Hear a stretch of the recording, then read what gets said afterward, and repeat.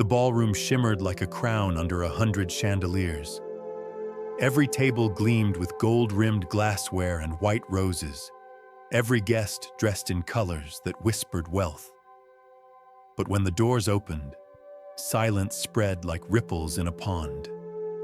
The bride's smile faltered. The groom froze mid-step, because the woman stepping through those doors was not just another guest. She was the one he had once vowed to love until death. Naomi Ellis moved with quiet grace, her silver gown catching the light as though it carried its own calm fire. No diamonds, no guards, no pretense. Just the poise of someone who had nothing left to prove. Her ex-husband, Calvin Drake, stared from the altar as whispers rose around them like wind through tall grass. "That's his ex-wife," someone murmured, "the one who couldn't give him a child."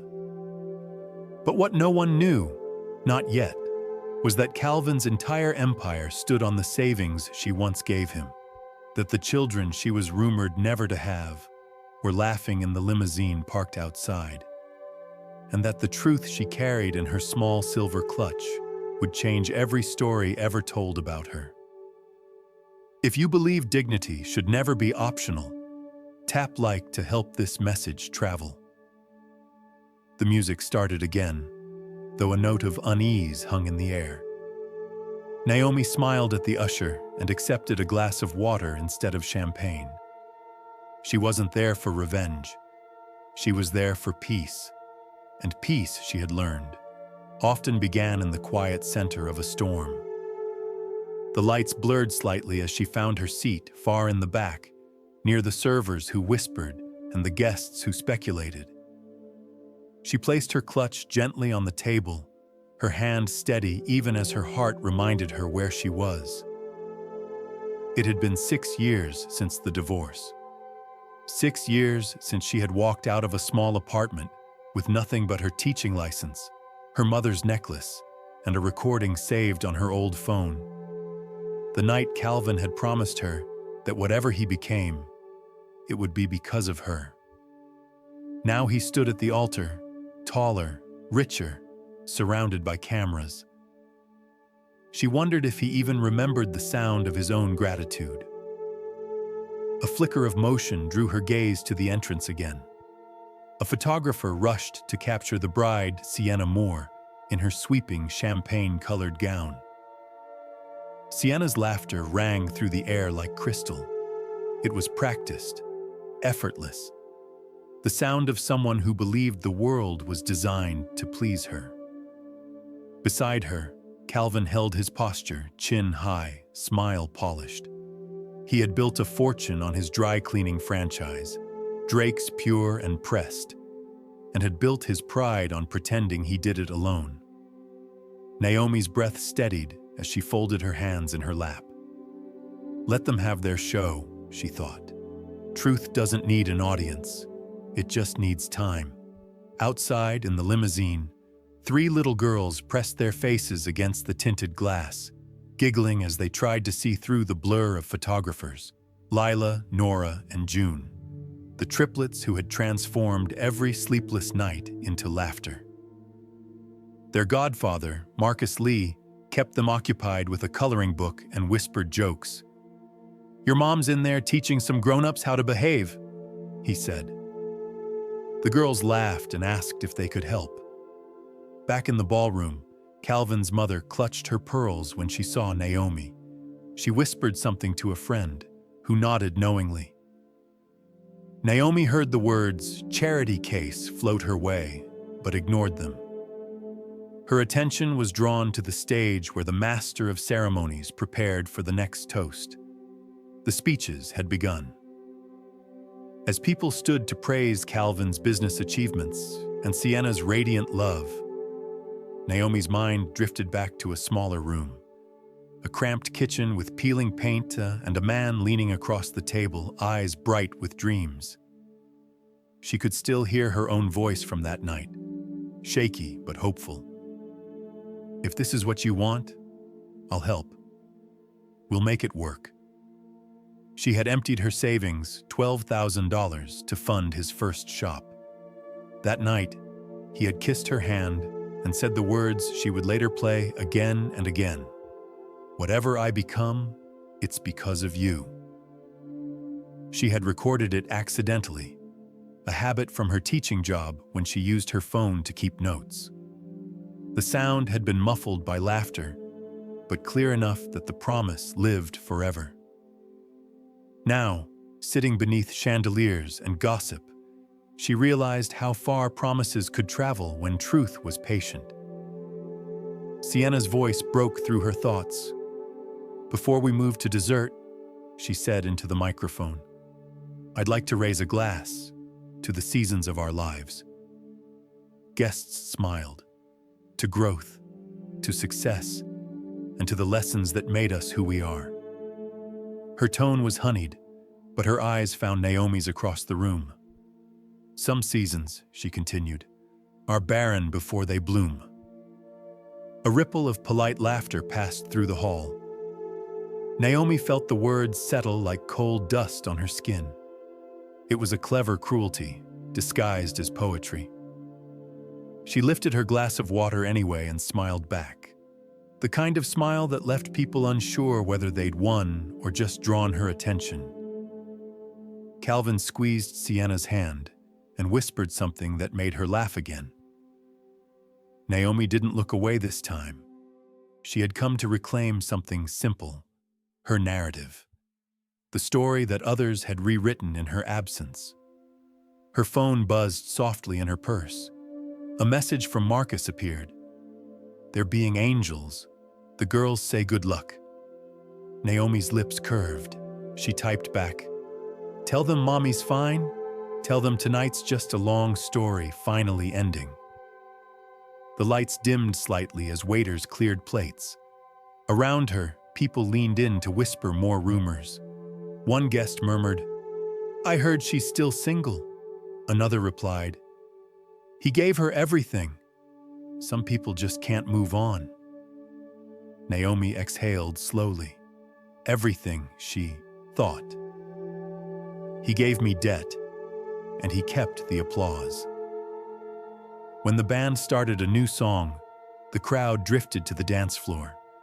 Naomi stayed seated, her eyes following the couple swaying under the chandelier. They looked flawless, perfectly rehearsed, as if they believed love could be measured in posture and lighting. For a moment, Naomi allowed herself to feel the sting of what might have been. Then, gently, she let it go. The past no longer needed her pain to survive. It would feed on its own arrogance now. She glanced at her watch. Almost time. Marcus had insisted she stay only long enough for the final toast. That was when she would speak, when every camera was rolling, when the truth could no longer be edited out. Her fingers brushed the silver clutch again. Inside was the recording, the original bank statement showing her transfer to Calvin's first business account, and the lab envelope that had taken months of courage to obtain. None of it was about revenge. It was about accuracy, the quiet correction of a false record. As she waited, she noticed an older waiter refilling glasses near her table. His hands trembled slightly. "Long night?" she asked kindly. He smiled, grateful. "You have no idea, ma'am. These folks never stop celebrating themselves." Naomi chuckled softly. "Then I suppose we'd better give them something real to celebrate." The waiter blinked, unsure what she meant. But Naomi simply looked ahead, her calm unshaken. The moment had finally come full circle. The man who once built his empire on her sacrifice now stood in a hall she had helped fund, surrounded by people who believed in the myth he wrote. Soon, they would hear the truth, gently, unmistakably, and in his own voice. And as the chandeliers shimmered above, Naomi Ellis sat a little straighter, her presence alone rewriting the power in the room. The city outside shimmered in the afternoon sun. the glass towers of Los Angeles catching light like mirrors holding pieces of the sky. Inside a white limousine parked beside the Grand Hotel, 3 6-year-old girls were doing their best to turn luxury into chaos. Lila was humming a song she had made up herself.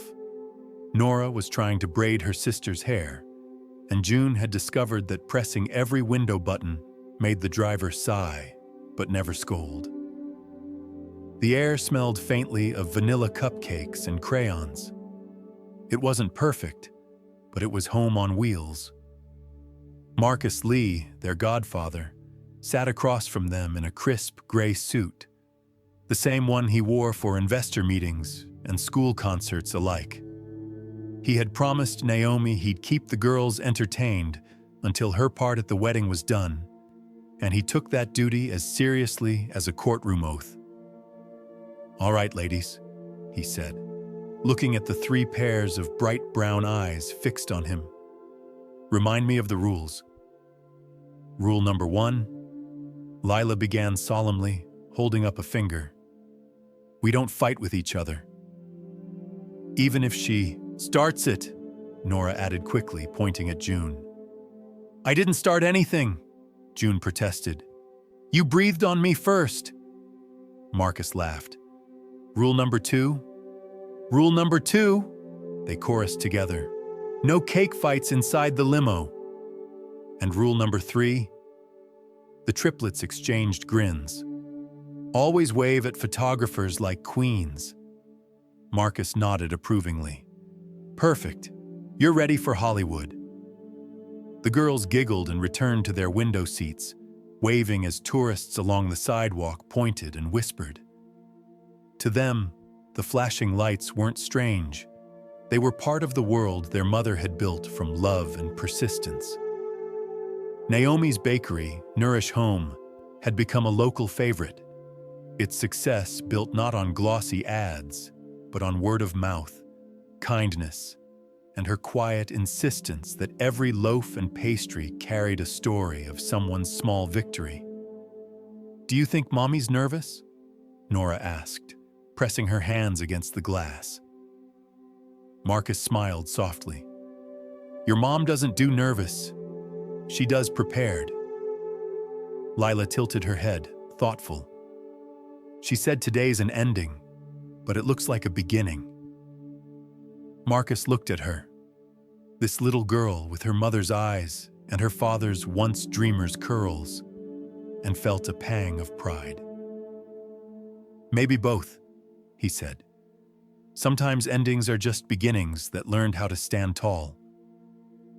The girls went quiet for a moment, as though trying to understand the shape of that truth. Outside, music drifted faintly from the ballroom balcony above them. Somewhere up there, their mother was sitting among people who once looked at her with pity or scorn. Marcus could imagine her posture, shoulders straight, gaze steady, a smile that knew more than it revealed. He thought back to the night Naomi told him about the wedding invitation. They'd been in the bakery's office, surrounded by the smell of sugar and bread. The envelope had lain open on the desk between them, embossed with gold letters spelling Drake and more. "You don't have to go," Marcus had said gently. "I know," she'd replied. "But I'm going anyway. He rewrote our story. I just need to turn the last page myself." Marcus hadn't argued. He had seen too much strength hidden behind her calm. Now, as the limousine idled under the porte-cochere, he caught sight of a reporter lingering nearby, peering through the tinted glass. "Showtime," he muttered, then winked at the girls. "Queens, remember?" The triplets immediately straightened their little dresses, lavender for Lila, mint for Nora, butter yellow for June, and prepared their best synchronized wave. The reporter gasped softly when the window lowered just enough for 3 small hands to flutter through. Cameras clicked. "Who are they?" someone whispered. "Those are Naomi Ellis's daughters," another voice replied. the ones she had after the divorce. In a city obsessed with scandal, it took a moment for admiration to replace gossip. The image of 3 children waving like sunlight breaking through cloud was not something cruelty could easily stain.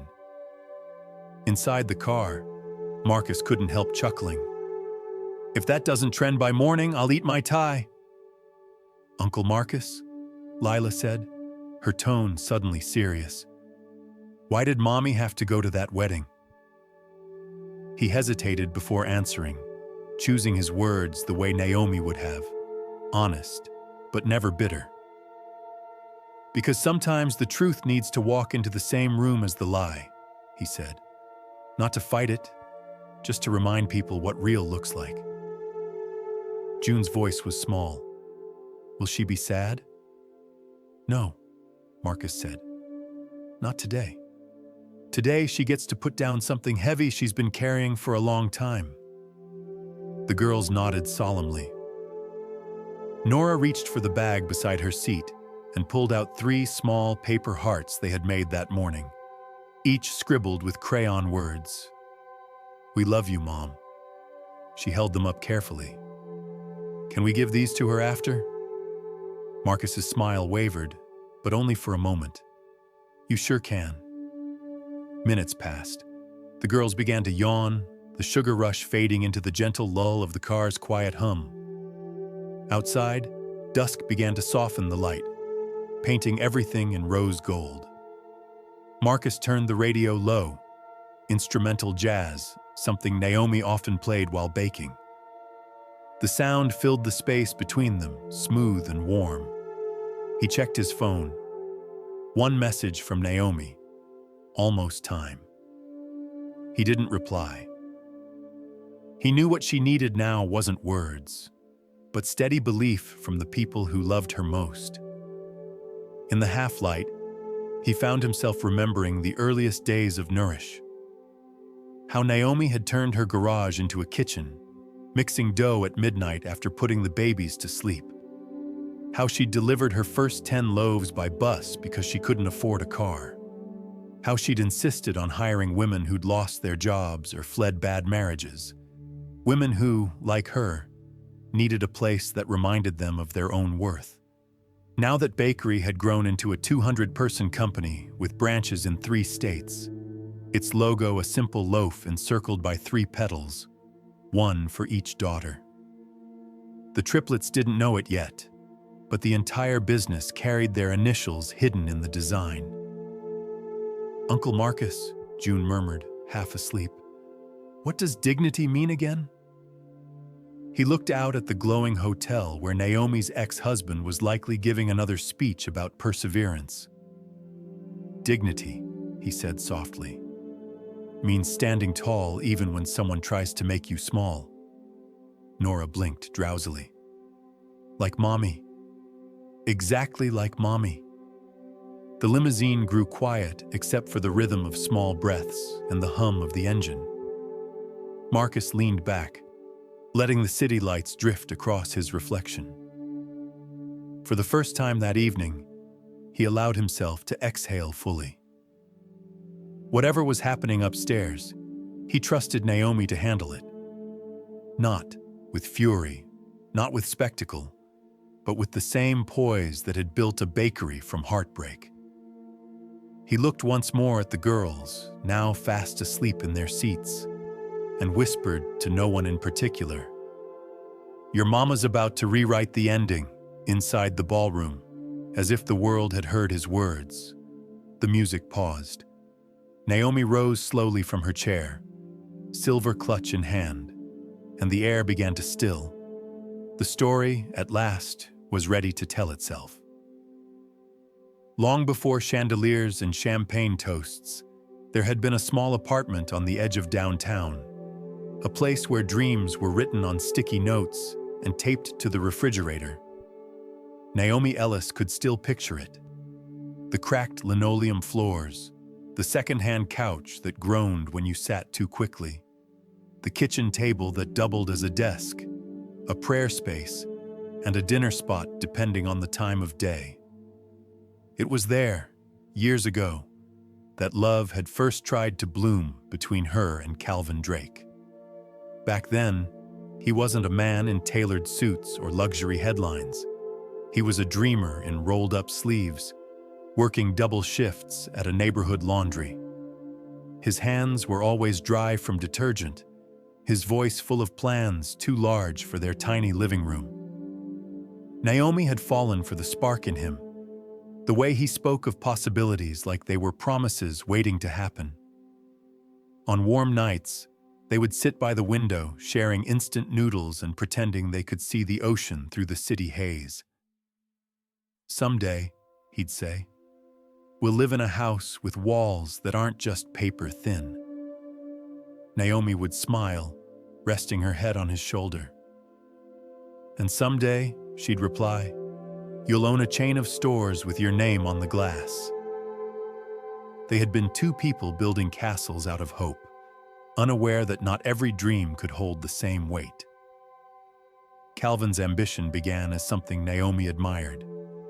He talked about entrepreneurship, about freeing themselves from rent and routine. He filled notebooks with sketches of logos, cost projections, and marketing slogans. Naomi believed in him with the quiet faith of someone who had seen too many people give up before the finish line. She picked up extra tutoring hours at the community center, sometimes working past midnight to help cover their bills.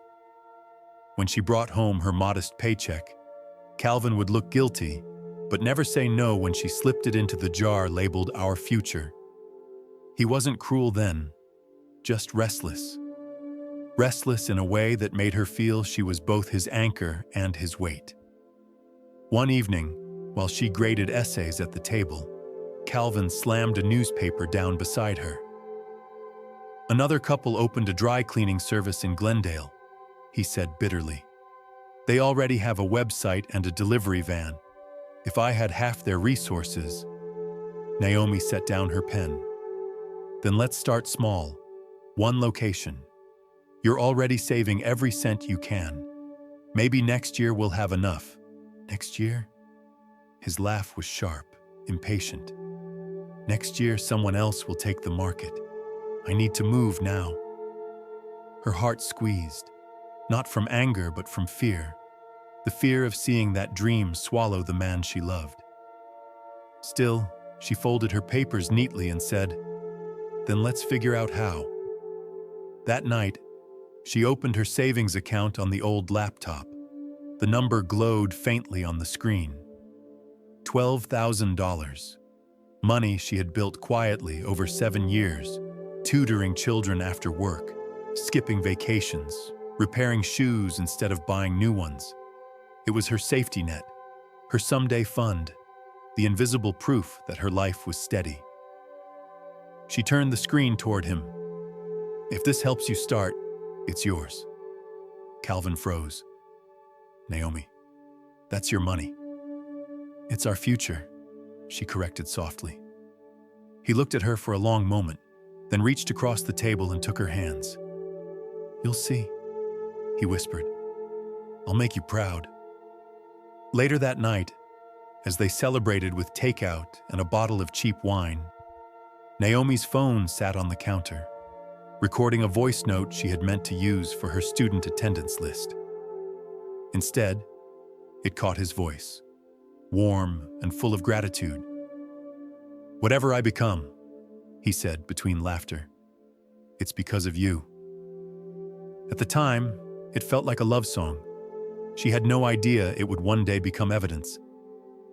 In the months that followed, Calvin threw himself into the business.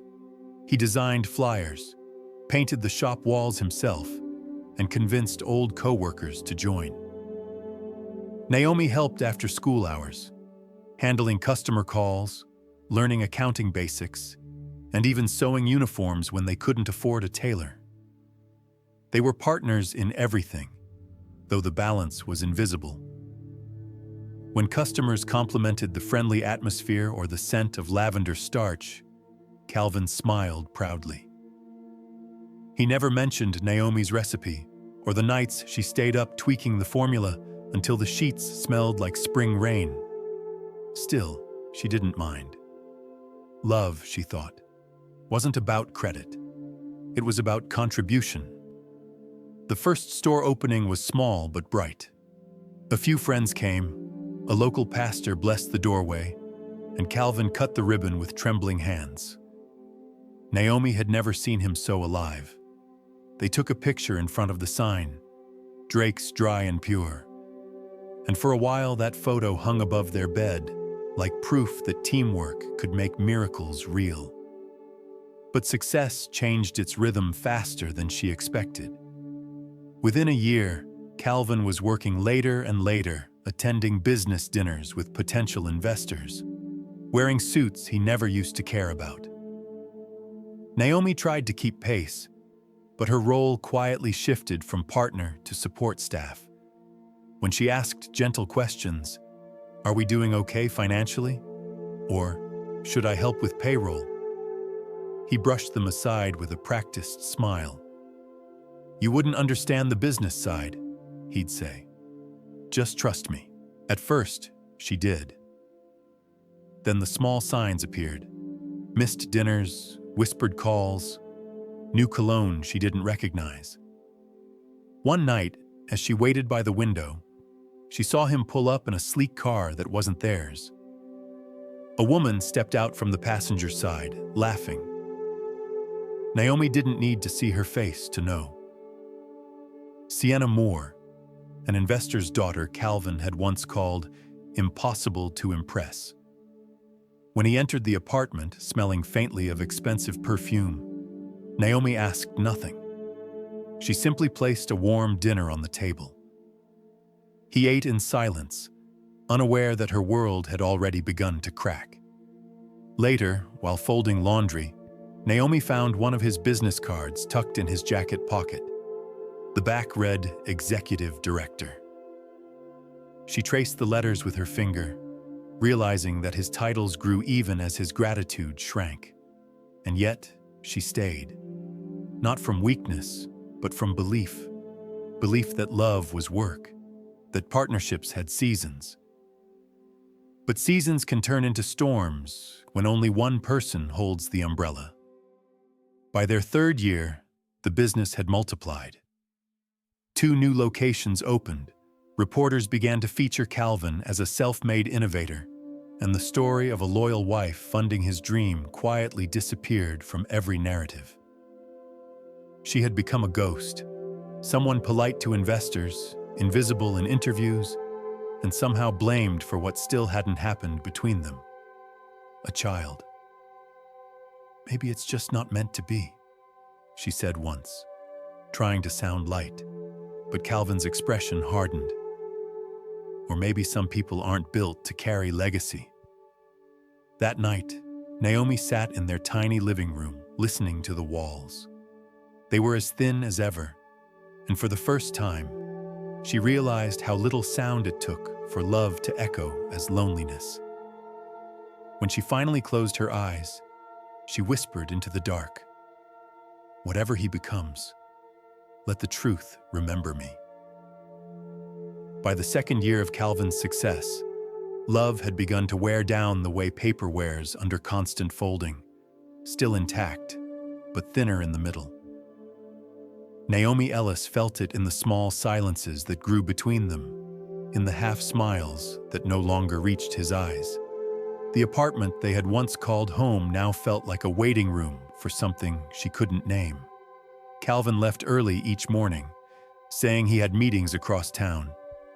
His tone was always brisk, professional, practiced. Naomi would watch him adjust his tie in the mirror and remember the man who once couldn't afford one. "You look good," she'd say softly. He'd glance at her reflection, nod, and answer, "I have to." Then he would be gone. In the evenings, she'd light a candle and wait for him to return. At first, she cooked dinners that went cold. Then she started leaving his portion covered on the stove, eating alone at the small table that used to be their planning board. The sticky notes that once held dreams had long been taken down. All that remained was one she couldn't bear to remove, the one that said, Our future. The handwriting was fading, but the ink still pressed against her chest like a bruise. When he did come home, Calvin often smelled of hotel lobbies and perfume, of places where Naomi knew she didn't belong. He spoke less, but when he did, his words carried the heavy arrogance of someone rehearsed in public praise. "You wouldn't understand how much pressure I'm under," he'd tell her. She would nod and whisper, "I'm trying." But it wasn't understanding he wanted, it was admiration. At the shop, his name had become a brand. Drake's Dry and Pure banners hung across 3 new locations, each one bigger than the last. Newspapers called him a local visionary. Television interviews called him a self-made man. And in every photo, he stood alone. Naomi's presence had been edited out, as though she had never stood beside him under flickering lights, hands shaking over a ribbon they cut together. The first real fracture came quietly.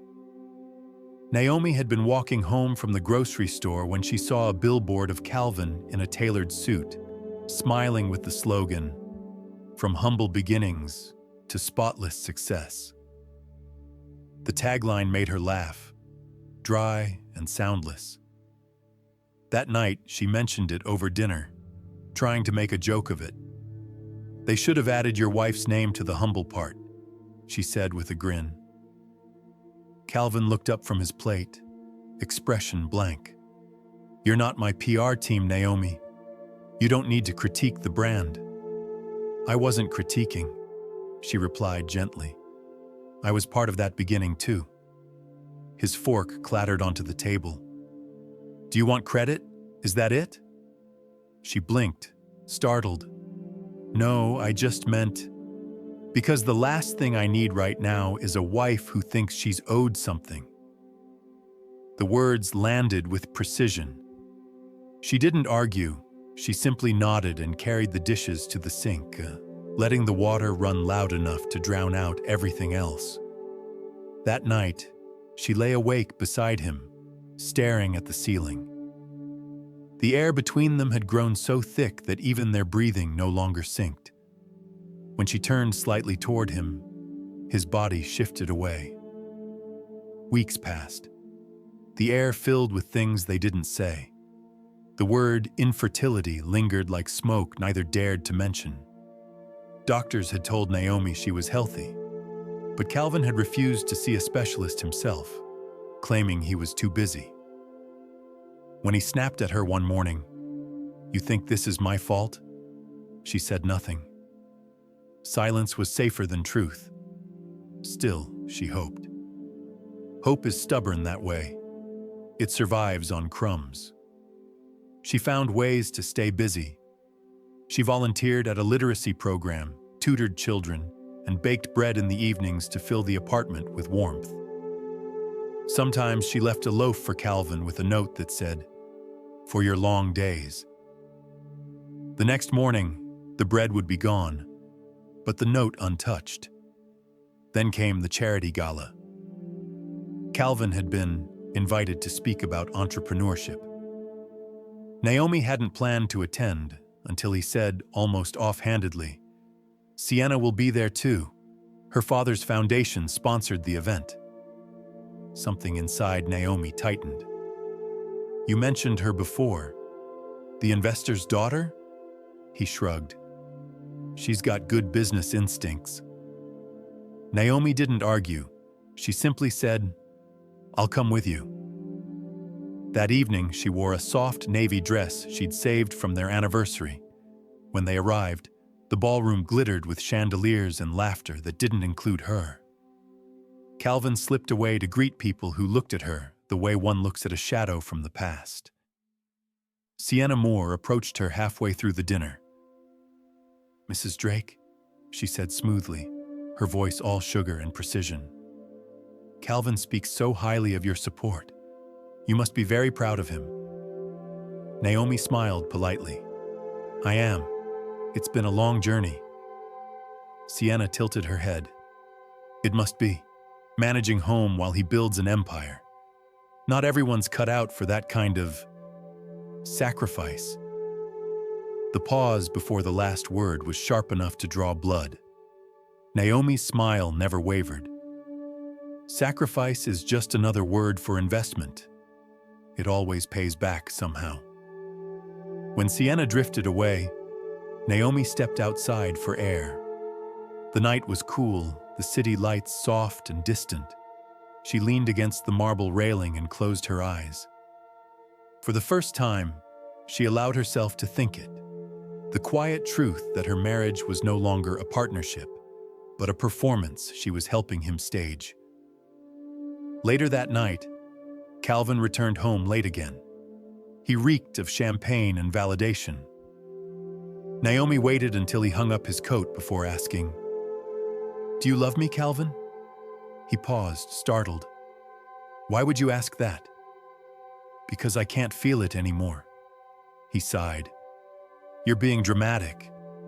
You know I'm focused on the business right now." "And after the business?" He didn't answer. She turned away, whispering so softly she wasn't sure he even heard. "Then we're both building something that no longer includes me." The next morning, she found him already gone, his side of the closet emptier than before. His cufflinks were missing, and so was the softness in their story. For weeks, Naomi lived in routine silence. She went to work, came home, watered the single plant on their windowsill, and kept her grief folded neatly between chores. The only sound that comforted her was the faint echo of that recording, the one she played now and then when she needed to remember that love had once spoken kindly to her. "Whatever I become," his younger voice said through static, "it's because of you." It was meant to be gratitude. It had become proof. Naomi sat at the small table, the candle flickering beside her. The paper walls of their love had thinned until they were almost transparent, revealing a truth she could no longer deny. Sometimes love doesn't break with thunder.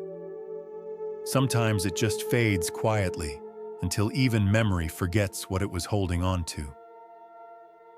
It was late spring when the final unraveling began. The air in Los Angeles carried the faint scent of orange blossoms, and Naomi Ellis had hoped the season might bring renewal. But hope, like perfume, fades faster when the air is dry. Calvin Drake had been working late again, later than usual, and Naomi had stopped asking what kept him. Answers, she'd learned, could sound honest and still not be true. That night, she waited at the kitchen table with 2 cups of tea growing cold. The clock ticked past midnight before she heard the sound of his key in the door. He entered quietly, like a guest in his own home. The scent of another woman's perfume followed him in, a sharp floral tone that clung to his jacket like a signature. "You're awake," he said flatly, setting down his briefcase. Naomi forced a smile. "Couldn't sleep." "You shouldn't wait up for me," he replied, removing his tie without looking at her. "It's a long drive when we have late meetings." "We?"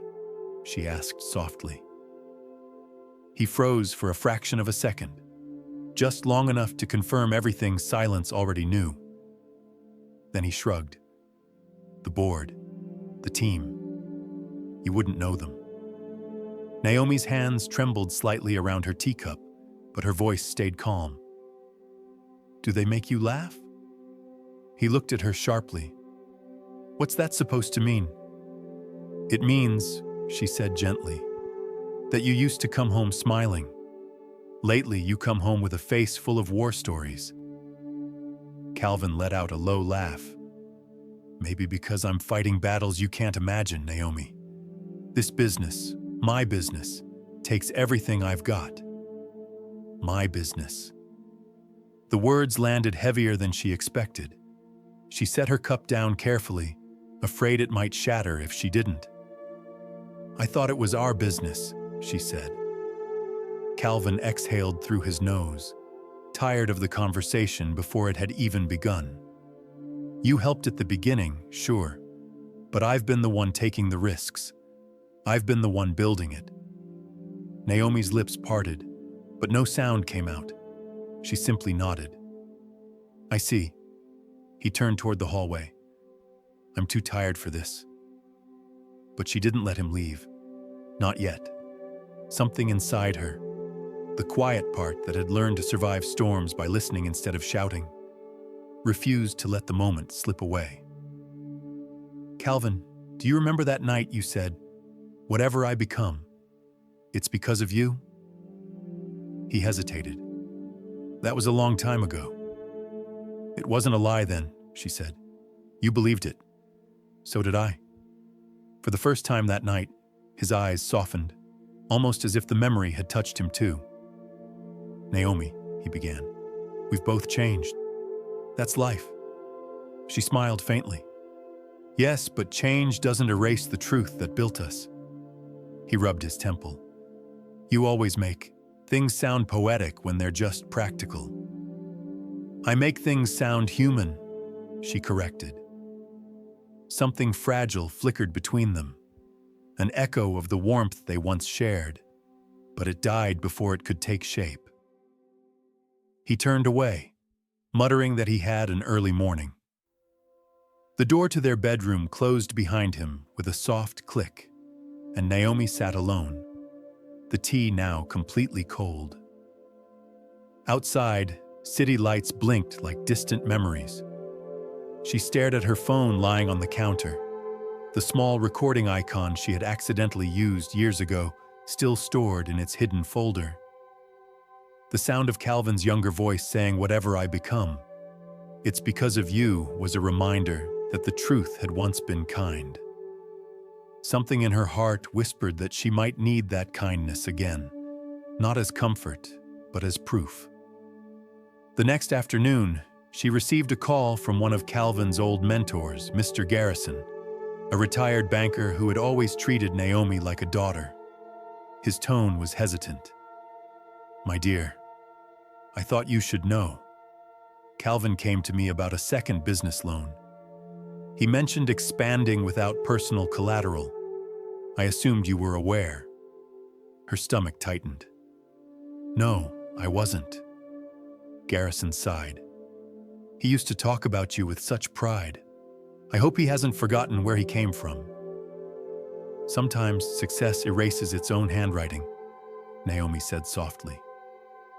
After the call, she sat at the table where their story had begun, where $12,000 had changed both their fates. She ran her fingers along the grain of the wood, remembering every scratch, every night of shared planning, every laugh. Then she opened her laptop and printed the old bank transfer confirmation she had saved. It showed her name clearly as the sender, Calvin Drake as the recipient.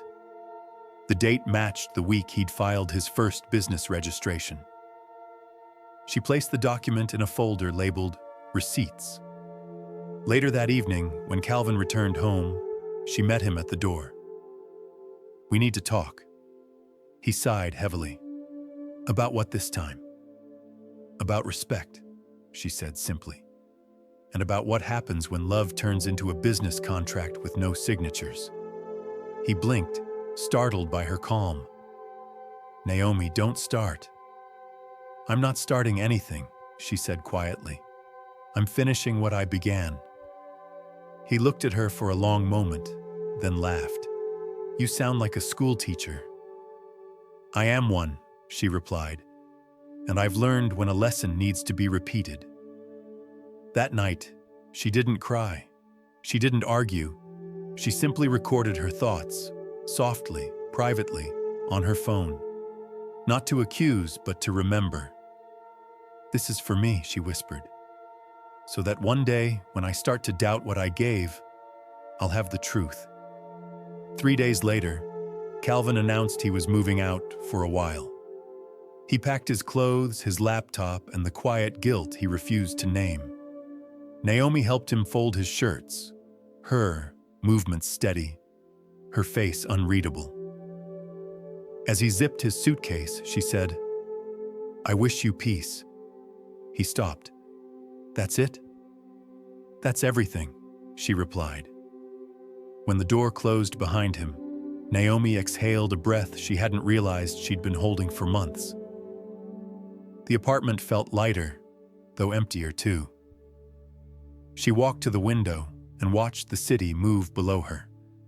The lights seemed different now. Not mocking, not distant, just real. The weeks that followed were quiet. She returned to her teaching job full-time, spent evenings volunteering at the literacy center, and reconnected with Marcus Lee, a former student who now ran a small catering company. He often stopped by to check on her, bringing leftover pastries and stories about the people he helped employ. "You look calmer," he said one afternoon as they packed bread for a community event. "I think I'm remembering who I was before I became someone's mirror," she answered. He smiled. "Then maybe it's time you saw yourself again." Naomi nodded, wiping flour from her hands. "Maybe it is." That night, she listened one last time to the old recording, Calvin's laughter, his voice warm with gratitude, and saved a backup copy to a small silver drive. She didn't know why, only that some truths deserved safekeeping. Outside, the moon hung low and kind. Naomi stood by the window and whispered a small prayer. Not for revenge, not even for forgiveness, but for clarity. The kind that heals without noise. And in the stillness of that night, with the city breathing below her and the faint scent of orange blossoms in the air, Naomi Ellis began to understand that survival sometimes starts not with strength, but with remembering your own worth before someone else defines it. 2 years passed, and Calvin Drake's name had become the kind that opened doors before he even knocked. His face appeared in business magazines beside headlines calling him a visionary of modern service, the kind of praise that turned ambition into armor. Each article told the same story. A man who built an empire from nothing, who rose through hard work and genius. None of them mentioned the woman who used to wait up with coffee, who proofread his first flyers by hand, or who once believed success could never come between two people who loved each other.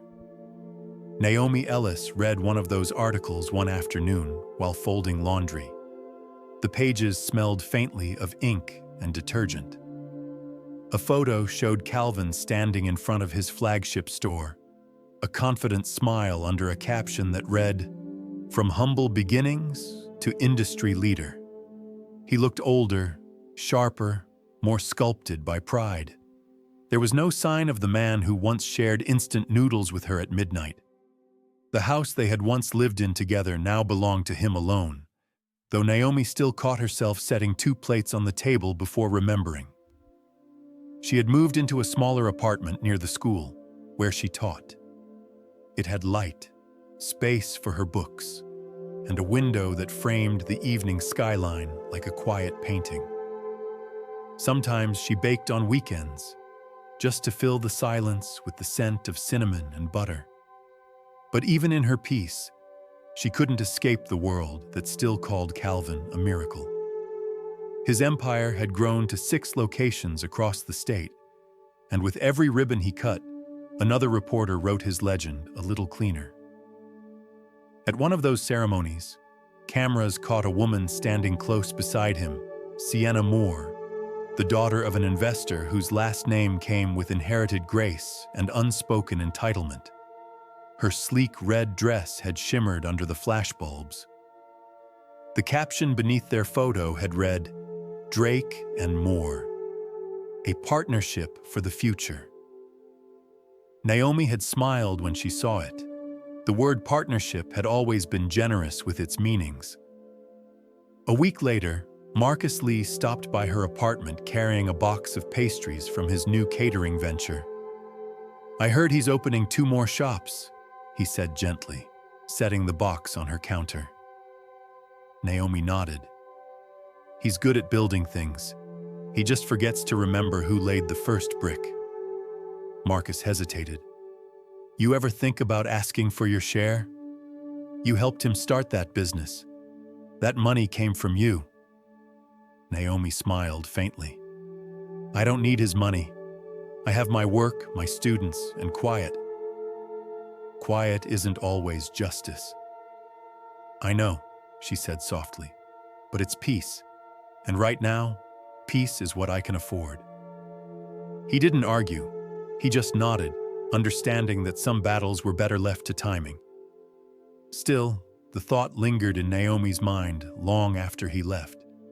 Her $12,000, her small act of faith, had become invisible, folded beneath the weight of Calvin's narrative. It wasn't resentment she felt, but a strange kind of sorrow. The ache of realizing that the truth she carried had nowhere to live but inside her. A month later, an old employee from Calvin's first store found her outside a grocery shop. Mrs. Ellis, the young woman said shyly, I hope I'm not intruding. I just wanted to thank you. Mr. Drake used to tell us stories about how you helped him when things were tough. Naomi's eyes widened slightly. He said that? The woman nodded. He doesn't anymore, but he used to, before the big expansion. Naomi smiled and thanked her. That night, she thought about how stories evolve, how truth fades in the retelling until only what flatters power remains. In those same months, Sienna began appearing in business columns more often. The headlines spoke of her as a strategic consultant, though her expertise seemed less about economics and more about presence. Naomi knew what emotional distance looked like, and she recognized it now in Calvin's public photos. The way he leaned slightly toward Sienna, the way his eyes seemed to search for reflection, not connection. Behind closed doors, however, the empire wasn't as spotless as the press claimed. Naomi heard through a former accountant, an old student of hers, that Calvin's company had disputes over ownership and contracts. One of the early investors claimed that Calvin had verbally promised them shares that were never formalized. Naomi listened quietly, not as gossip, but as revelation. A verbal promise can be binding if it's proven, she said, recalling something she'd once taught her students about honesty. The accountant nodded. Even in business law, he confirmed, spoken agreements can carry weight, especially if there's evidence, emails, recordings, anything that shows intent. When he left, Naomi stood at her window, watching the city lights blink like truths trying to be seen. She thought of her own recording, the one from years ago. Whatever I become, it's because of you. Those words, spoken in gratitude, now felt like an unintentional contract between love and ambition. In another part of town, Calvin was sitting in his office, surrounded by luxury that barely softened his exhaustion. The walls gleamed with certificates and plaques. The desk was covered with schedules and invoices. Across from him, Sienna was flipping through a glossy magazine featuring them both. You look good here, she said, tracing her finger along the page. So do you, he replied automatically. But his smile didn't reach his eyes. The applause had grown louder, but so had the emptiness that followed it. He no longer slept well. He drank coffee late into the night, haunted by a voice he couldn't quite silence, a memory of someone telling him to believe in himself before the world ever did. He didn't realize that the silence in his success was the echo of Naomi's absence.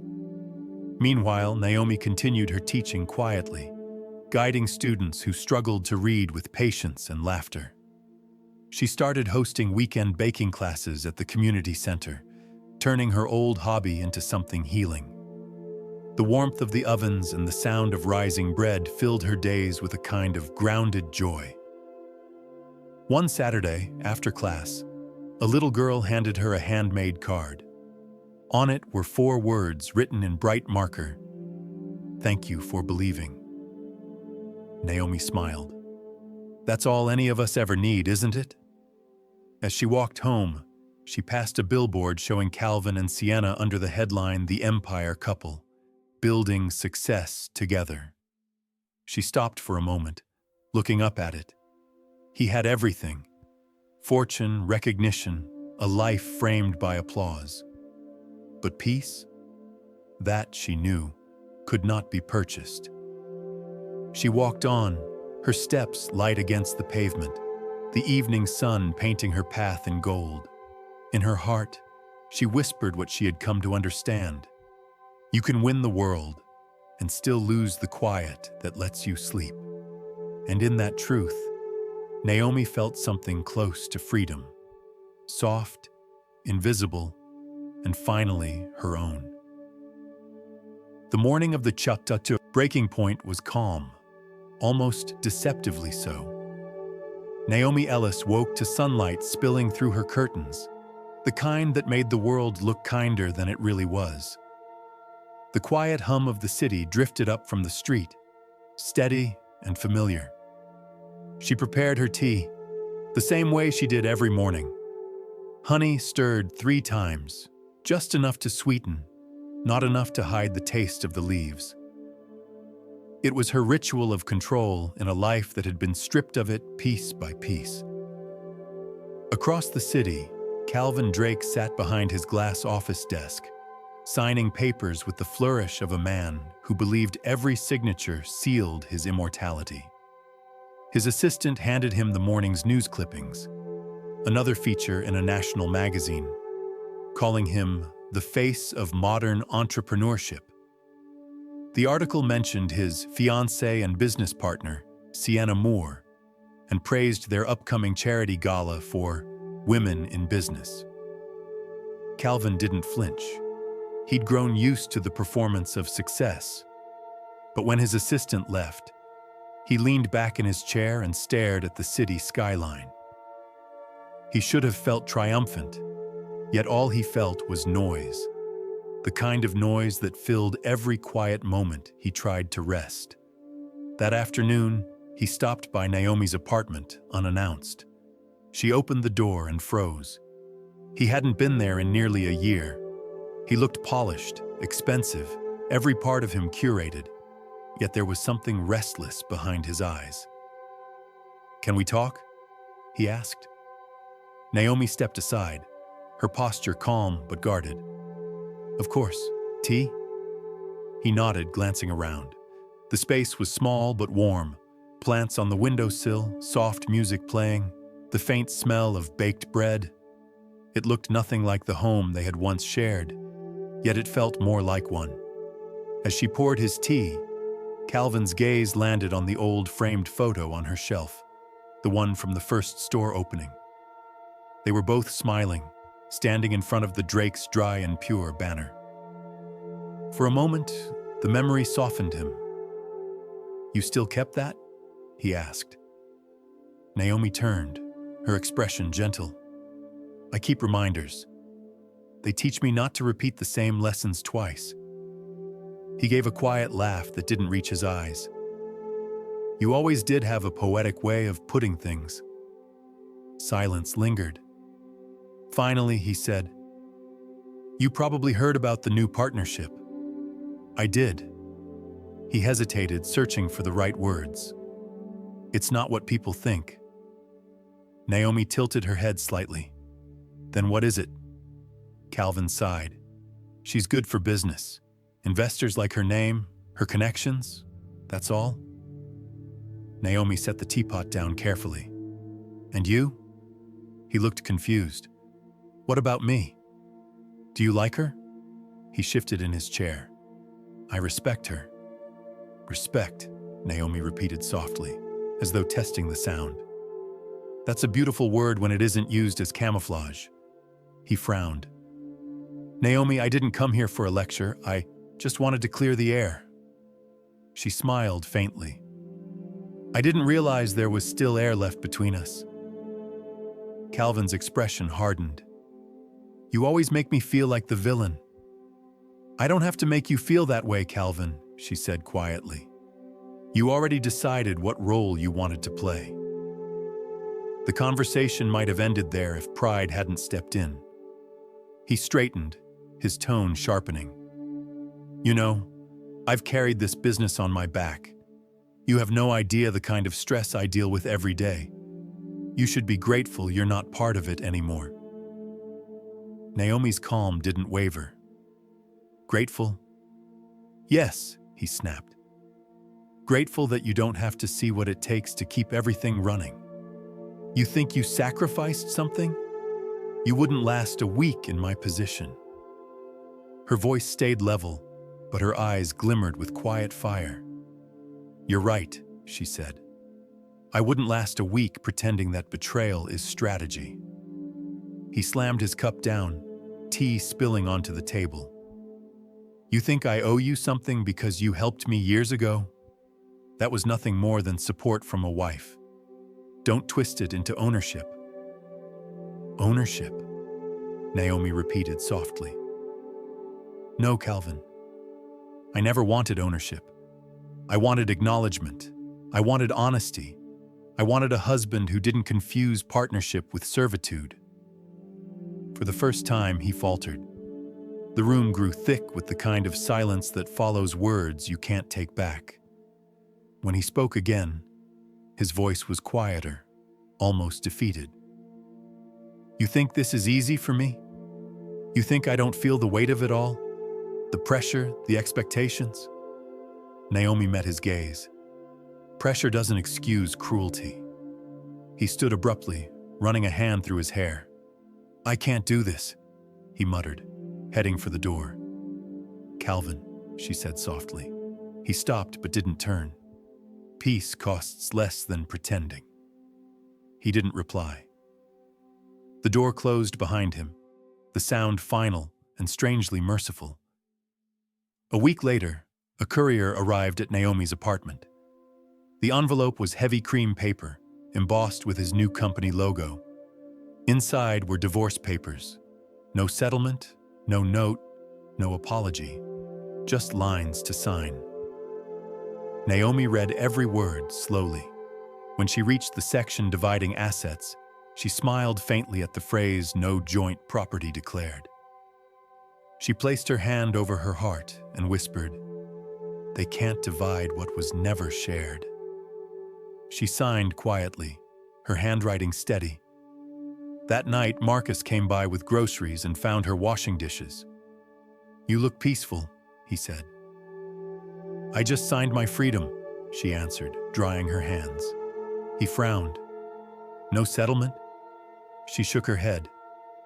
"Peace costs less than pretending. I couldn't afford the luxury of bitterness." Marcus smiled softly. "You sound like yourself again." Naomi smiled back, though there was tiredness in her eyes. "Maybe that's what healing looks like. Not loud, not fast, just steady." As the night deepened, she sat by her window, the city lights flickering below. The phone rested on her lap. She opened her voice recordings and played the one she had saved. The soft laughter, the younger voice of the man who had once meant everything. "Whatever I become," the recording said, "it's because of you." Naomi listened, her eyes glistening not from pain, but from understanding. "Then become," she whispered into the quiet, "and let the truth follow you." She placed the phone in a small wooden box, along with her teaching certificate and a folded piece of paper labeled "New Beginnings." In the space where once stood a marriage, Naomi began building something simpler, her own peace. And for the first time in years, when she closed her eyes, she slept through the night without dreams that hurt to remember. 3 years had passed since Naomi Ellis had signed her name on that final line. The ink had long dried, but the memory of it, how calm her hand had been, how light her chest had felt afterward, never left her.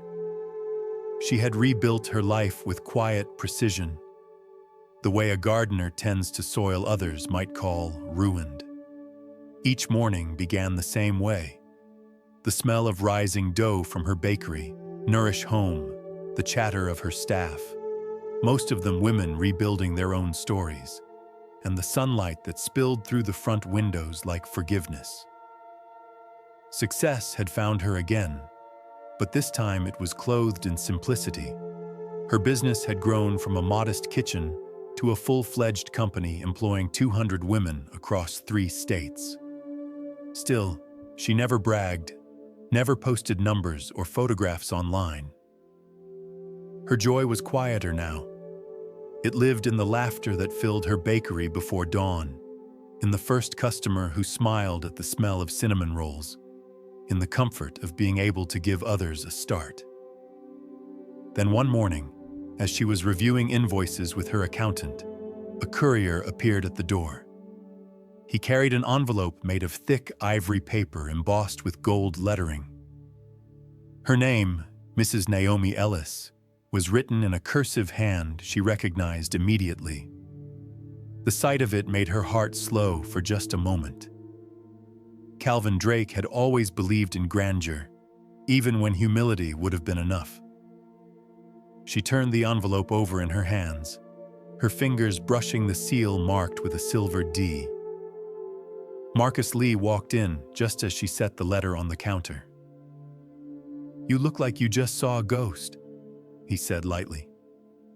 Naomi smiled faintly. "In a way, I did." He picked up the envelope, reading the inscription aloud. "Mr. and Mrs. Calvin Drake request the honor of your presence." Oh no. He looked at her, disbelief flickering across his face. "You're kidding me. He invited you to his wedding?" "To be exact," Naomi said, her tone gentle. "His second wedding."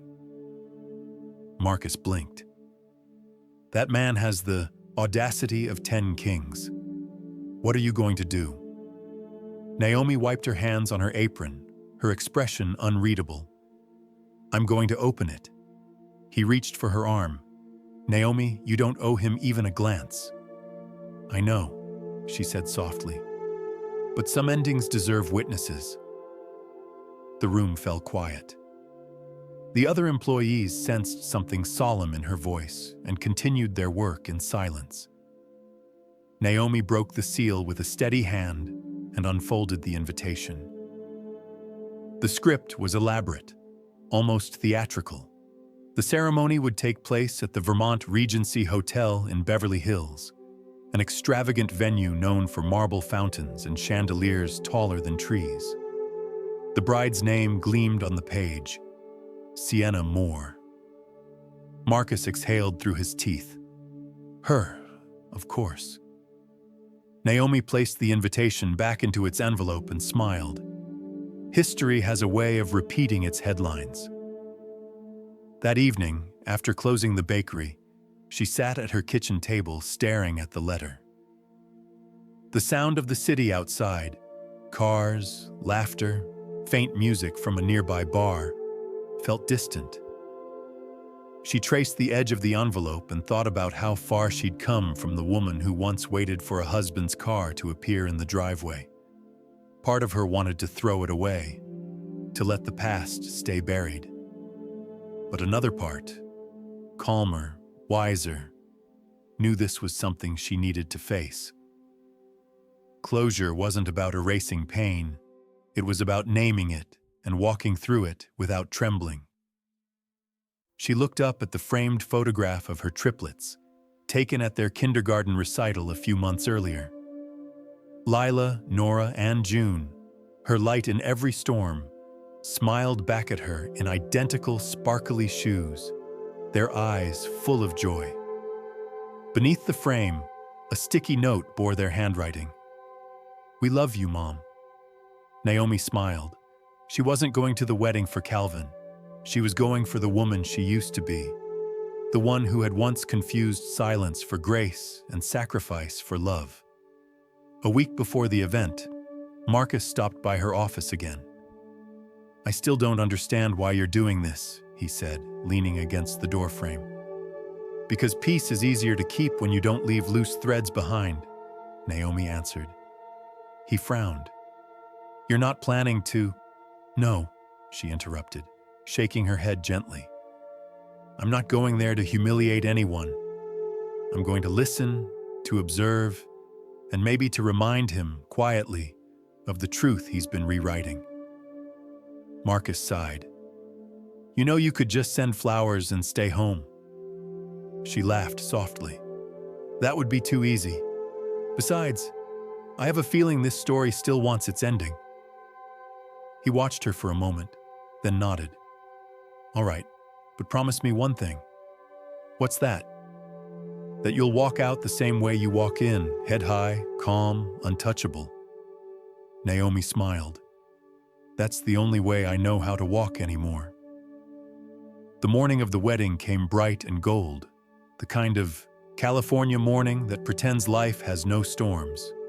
Naomi dressed with care. A silver gown, elegant but modest, her hair pinned in soft curls. She looked at herself in the mirror, at the woman who had survived abandonment, betrayal, and rebirth, and whispered, "We're not the same anymore." Outside, a limousine waited. Marcus stood beside it, wearing a dark suit and a worried smile. "The girls are at my sister's," he said. "They'll be cheering from home." Naomi chuckled. "Then I'd better make it worth their faith." As the limousine pulled away from the curb, the city passed by like a movie she'd already seen. Billboards, boutiques, couples on sidewalks, all pieces of a world that no longer defined her. Her reflection in the window looked serene, almost like someone else's face. Meanwhile, across the city, Calvin stood in front of a mirror of his own, adjusting his tie. Sienna hovered nearby, glowing in her satin gown. The wedding planner fussed over details. Photographers snapped behind them, and the air buzzed with practiced joy. Calvin smiled, but it was the kind of smile that had learned how to perform. "Are you nervous?" Sienna asked, slipping her hand into his. He shook his head. "No, just ready." Outside, reporters gathered, calling them the Empire couple. They represented wealth, ambition, and success, the very things Calvin had once mistaken for happiness. Naomi's car turned into the hotel's circular drive, just as Sienna posed for the cameras. Guests murmured as the limousine door opened. Naomi stepped out, radiant and calm, her silver gown catching the sunlight. Someone whispered, "Is that her? His ex-wife?"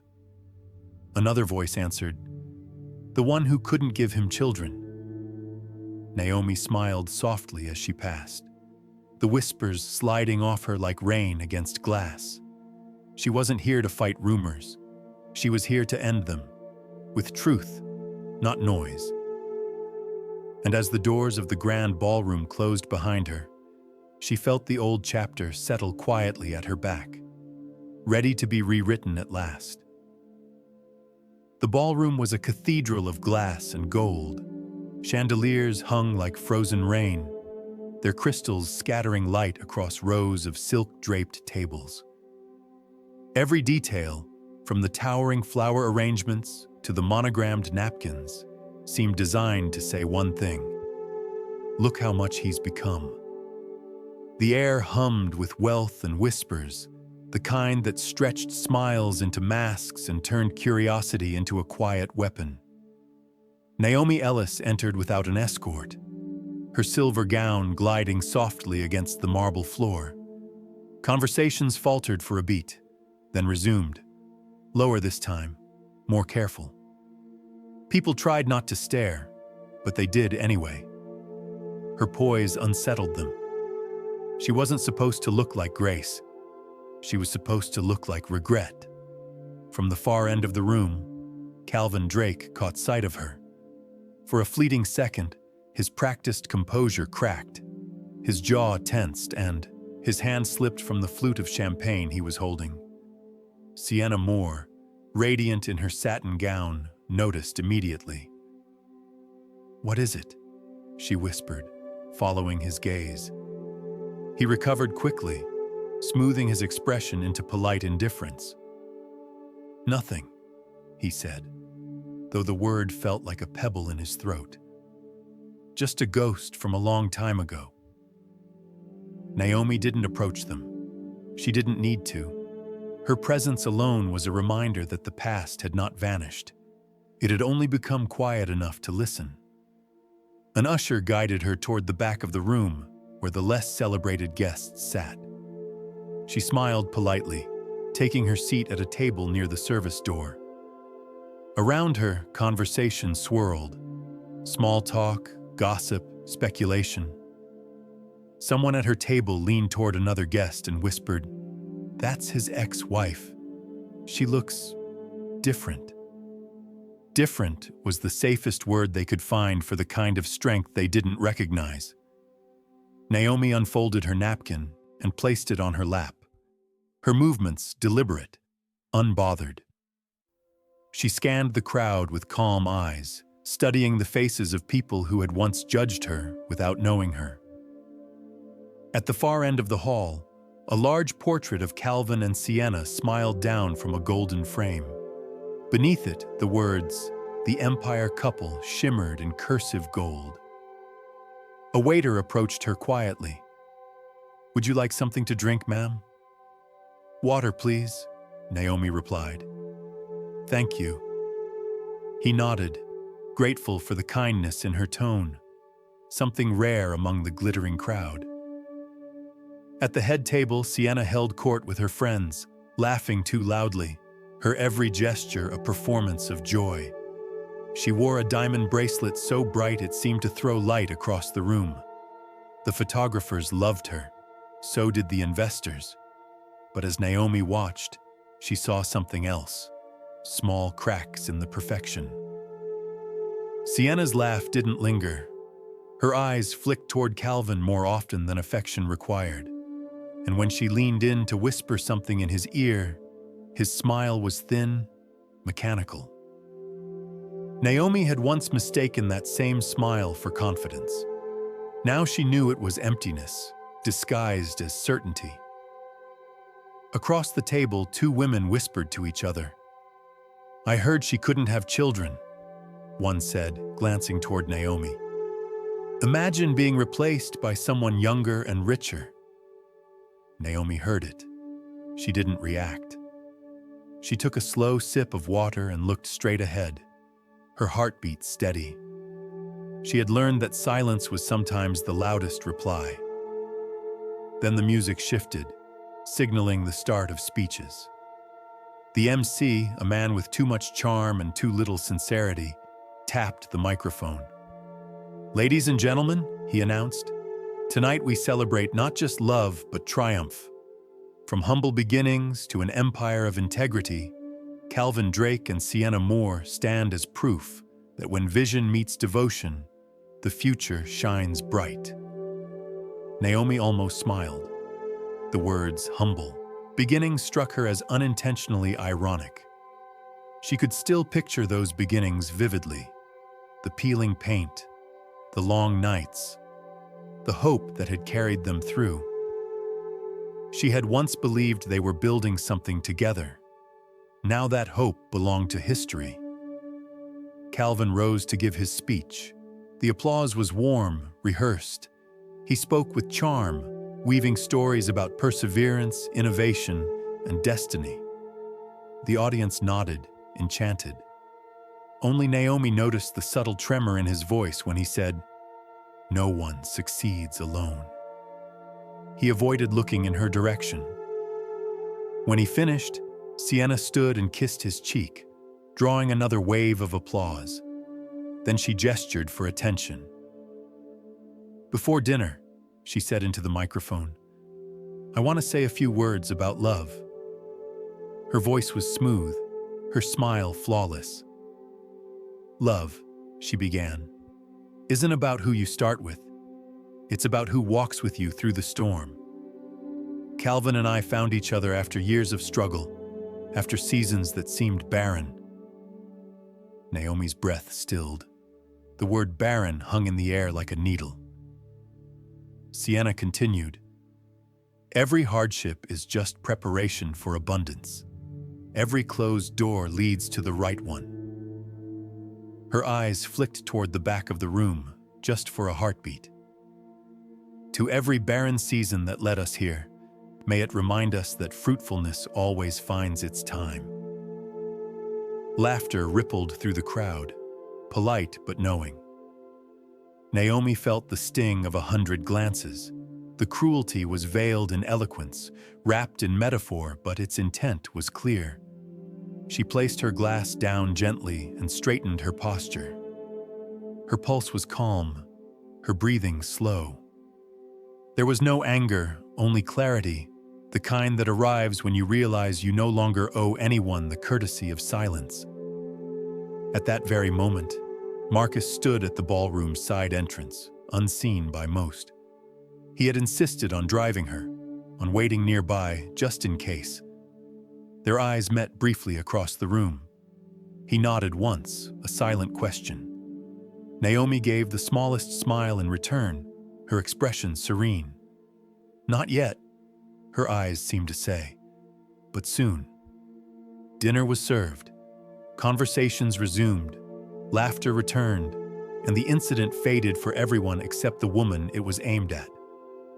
But Naomi didn't retreat into shame. Instead, she studied the crystal chandeliers above, the way they fractured light into colors invisible until the right angle revealed them. There was something poetic in that, she thought. The truth was like light.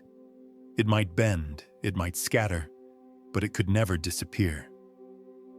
When dessert arrived, Sienna lifted her glass again. "To love," she said sweetly, "to destiny, and to the courage to move forward." Naomi rose slowly from her chair. The motion alone drew eyes her way. She held her clutch in one hand, her expression unflinching. "If we're sharing toasts to the past," she said softly, her voice carrying farther than anyone expected, "then allow me one memory." The room fell into stillness, the kind that swallows every sound. Even the chandeliers seemed to stop shimmering. Calvin froze, his half-smile collapsing into confusion. Sienna blinked, caught off guard. Naomi looked at them both, the man who had forgotten and the woman who had mocked, and said nothing more. Not yet. But in her silence, everyone in that glittering hall could feel that something important was about to unfold. The ballroom seemed to hold its breath. Naomi Ellis stood among a sea of glittering gowns and polished shoes, the music fading into the kind of silence that makes even chandeliers feel like witnesses. Her voice had not been loud, yet it carried, calm, steady, undeniable. Sienna Moore froze at the head table, her champagne glass trembling just enough to make the bubbles shiver. "I'm sorry," she said with a rehearsed smile. "Did you say something, Mrs. Ellis?" Naomi returned the smile with quiet grace. "Just that, if we're sharing toasts to the past, I might have one worth remembering." The murmur that followed was soft, but electric. Guests turned in their seats, glances darting from Naomi to Calvin Drake, to the photographers who suddenly found the moment more interesting than the floral centerpieces. Calvin's expression tightened. He stood halfway, his chair scraping against the marble floor. "Naomi," he said, his voice attempting control, "this isn't the time or place." She looked at him, unflinching. "You're right," she replied gently. "It's late for apologies, but not too late for truth." That simple line cut through the room like a measured breeze. No anger, no tremor, just truth spoken as if it had been waiting patiently for its turn. The MC, clearly uncomfortable, attempted to recover the mood. "Perhaps we should proceed with the music." "No," Sienna interrupted sharply, her composure cracking for the first time. Let her speak. I'm curious what kind of memory she wants to share. Her tone dripped with the same polished cruelty she had disguised as grace all evening. The audience sensed it. Even the band, uncertain, lowered their instruments. Naomi took a slow breath. Her clutch felt light in her hand.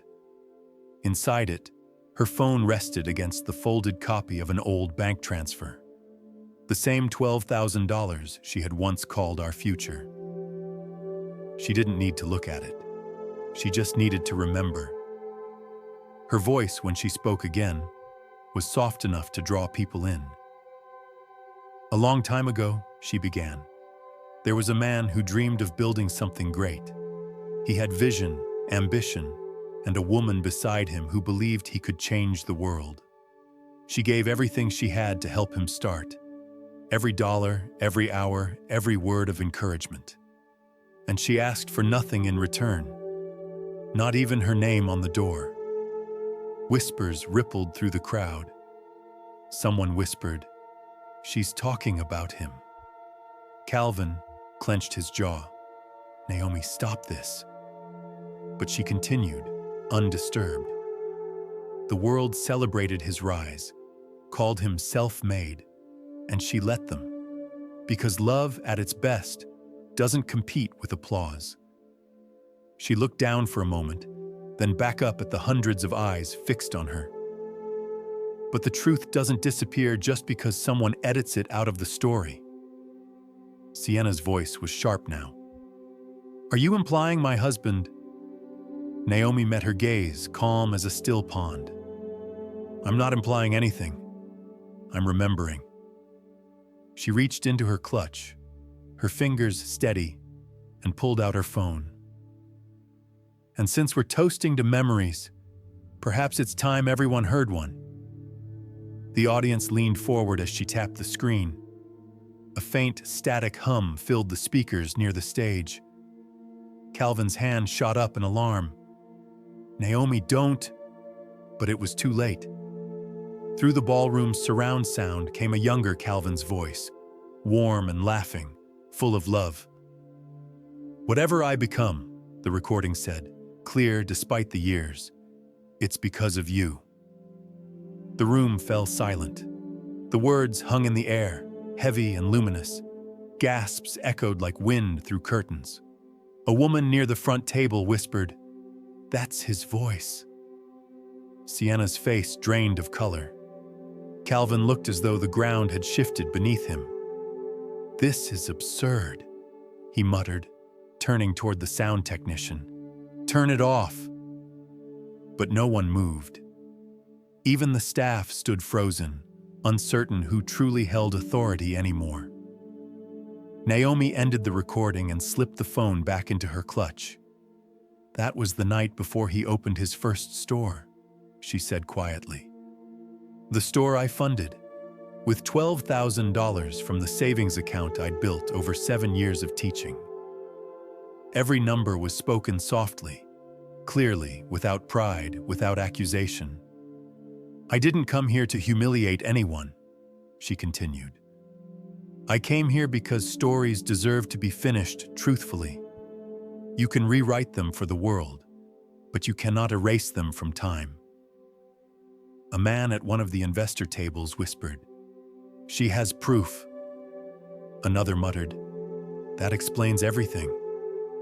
Sienna turned to Calvin, her voice sharp and low. "Is this true?" Calvin's silence was its own confession. His mouth opened, then closed again.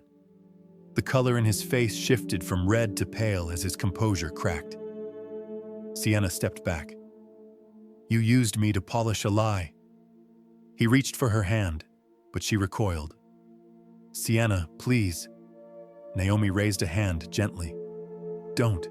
There's no need for spectacle. The truth isn't here to ruin lives. It's here to remind them." She glanced toward Marcus, still standing discreetly near the entrance, his expression a mix of pride and awe. Their eyes met briefly, and for a moment, the noise of the room faded. Then Naomi turned back to the guests. her voice softer now, almost a whisper. When I walked in tonight, I didn't come to make anyone small. I came because I was once made to believe that my worth depended on someone else's version of success, and I refused to let that be the last chapter. Her words fell gently, like feathers that somehow carried weight. Calvin sat down slowly, staring at the table as though the reflection in his wineglass might offer a way out of his own choices. Around him, the guests began to murmur, not with malice, but with the uneasy awe of people witnessing something raw and real. Naomi's hands rested on the clutch once more. "That's all I wanted to share," she said quietly. "You may continue your celebration." She turned to leave, but Sienna's voice stopped her. "Wait." Naomi paused, her back still to the crowd. Sienna hesitated, her composure unraveling. "You said the truth isn't here to ruin lives. Then why do this?" Naomi turned, her expression calm. "Because the truth already existed. I simply stopped protecting the lie." For a heartbeat, the ballroom seemed to exhale. Naomi walked toward the exit, her steps measured and graceful. Cameras clicked faintly, flashes blooming against the golden light. The whispers followed her like waves, but she didn't turn around. As she reached the door, she glanced once more over her shoulder, not at Calvin, not at Sienna, but at the towering portrait behind them. Two smiling faces beneath words that no longer felt real. The Empire couple. Naomi smiled faintly.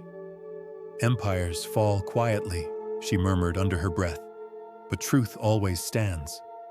And with that, she left the ballroom, her dignity unbroken, her story finally reclaiming its rightful voice. Outside the ballroom, the air was cooler, gentler. Naomi Ellis stepped into the quiet corridor, away from the murmurs that still rippled through the guests behind her. She paused near a tall window and looked out across the city. The night stretched wide and glittering, as if nothing inside that hotel had just shifted. But she knew better. Truth had a way of changing everything, even if the world pretended not to notice right away. She could still hear faint echoes from the hall, Sienna's voice trembling with disbelief, Calvin trying to gather fragments of control, reporters whispering about the ex-wife with the recording. But Naomi didn't linger on any of that. She simply took a breath, steady and unhurried, before turning toward the elevator. Her heart didn't race. Her hands didn't shake. For the first time in years, she felt weightless. Then a familiar voice called out behind her. "Naomi, wait." She turned. It was Marcus Lee, moving quickly down the corridor, concern written all over his face. "Are you all right?" he asked. Naomi smiled, small and calm. "I'm fine, Marcus. I told you. I wasn't going there for a fight." He searched her face, half expecting to see the old pain she used to hide. But all he found was quiet resolve. "They're losing their minds in there," he said. Sienna's demanding an explanation. Calvin's trying to calm her down, and every guest is pretending they weren't listening, even though half of them recorded it. Naomi exhaled softly. Then I suppose they finally learned something useful about recording truth.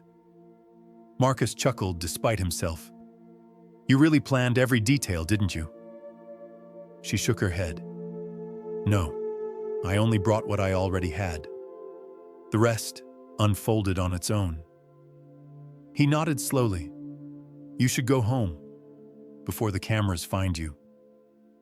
Naomi hesitated, glancing toward the ballroom doors. "Not yet. I think this part needs to be finished properly." "Naomi, I'm not going back to argue," she said gently. "But there's something else in that room that still belongs to me. My peace." Marcus sighed. recognizing the tone that always meant she had already decided. "All right," he said. "I'll wait by the entrance." She smiled. "You always did." Naomi turned and walked back through the corridor. By the time she re-entered the ballroom, the chaos had dulled into a stunned quiet. Some guests were leaving early, embarrassed to be seen after the spectacle. Others stayed seated, pretending interest in their desserts, hoping for another headline to whisper about later. At the head table, Sienna sat rigid, her perfect posture now cracked by humiliation. Calvin stood beside her, pale, clutching a napkin like a shield. When Naomi stepped inside, his eyes flickered with a dozen emotions: anger, regret, and something close to fear. "What more do you want?" he demanded quietly, though his voice trembled. "You've already said your piece." Naomi met his gaze without a trace of bitterness. "Not my piece," she said. "The truth's." A journalist near the corner lifted a camera, but Naomi shook her head gently. "No pictures. Not tonight." The man lowered it, almost ashamed. There was something about her composure that demanded respect. Naomi moved closer to the microphone stand left near the stage. The ballroom's lighting had dimmed, leaving her in a soft pool of gold. "I want to make something clear," she began, her tone as measured as the rhythm of her heartbeat. "That recording you heard wasn't a trick or revenge. It was evidence of a moment, a promise, a partnership that existed before it was rewritten. I didn't bring it to destroy a marriage or embarrass anyone. I brought it because women like me are too often asked to disappear quietly, to let false stories replace real ones." The crowd listened, unmoving, her voice carried without strain. "I built that business with him," she continued, "not for credit, but because I believed in what we were creating together. When I gave him $12,000, it wasn't a loan, it was faith. And for years, I let that faith be turned into silence because I thought love required sacrifice. But I learned that silence only serves the loudest version of the story." From the corner, Marcus stood watching, pride and sorrow mingling in his eyes. Naomi went on, "I didn't hire a lawyer. I didn't chase settlements. I just lived my life. But when that invitation came, the one asking me to celebrate a fairy tale built on my name, I realized peace doesn't mean pretending. It means facing truth, even if your voice shakes." Sienna shifted uncomfortably, whispering something to Calvin. But Naomi didn't look at her. Her eyes stayed on the audience, her voice soft but sure. So yes, that was his voice, and yes, those words were real. But what they mean now isn't ownership, it's closure. She paused, letting the silence rest like a heartbeat between sentences. "I'm not angry anymore. I don't want anything from him. No money, no apology. I just want the record, at least in this room, to remember that dignity isn't measured by who wins or who shines the brightest. It's measured by who tells the truth when it matters." The audience didn't applaud, but their stillness was a kind of reverence. The band members lowered their eyes, and even the photographers didn't dare move. Naomi turned toward Calvin one last time. "You once said, 'Whatever I become, it's because of you.' I think maybe that was truer than you knew, because I became stronger when you forgot me, and I became free when I remembered myself." Her words hung there, gentle but unshakable. Calvin opened his mouth, then closed it again. There was nothing left to say. She gave a small, polite nod toward the couple and stepped down from the platform. On her way out, she passed by the table where Sienna's bouquet rested. Without hesitation, she placed her glass of water beside it and whispered, "For the next barren season, May you find something real to grow." Then she walked toward the exit, each step steady, her silver gown catching the light like calm fire.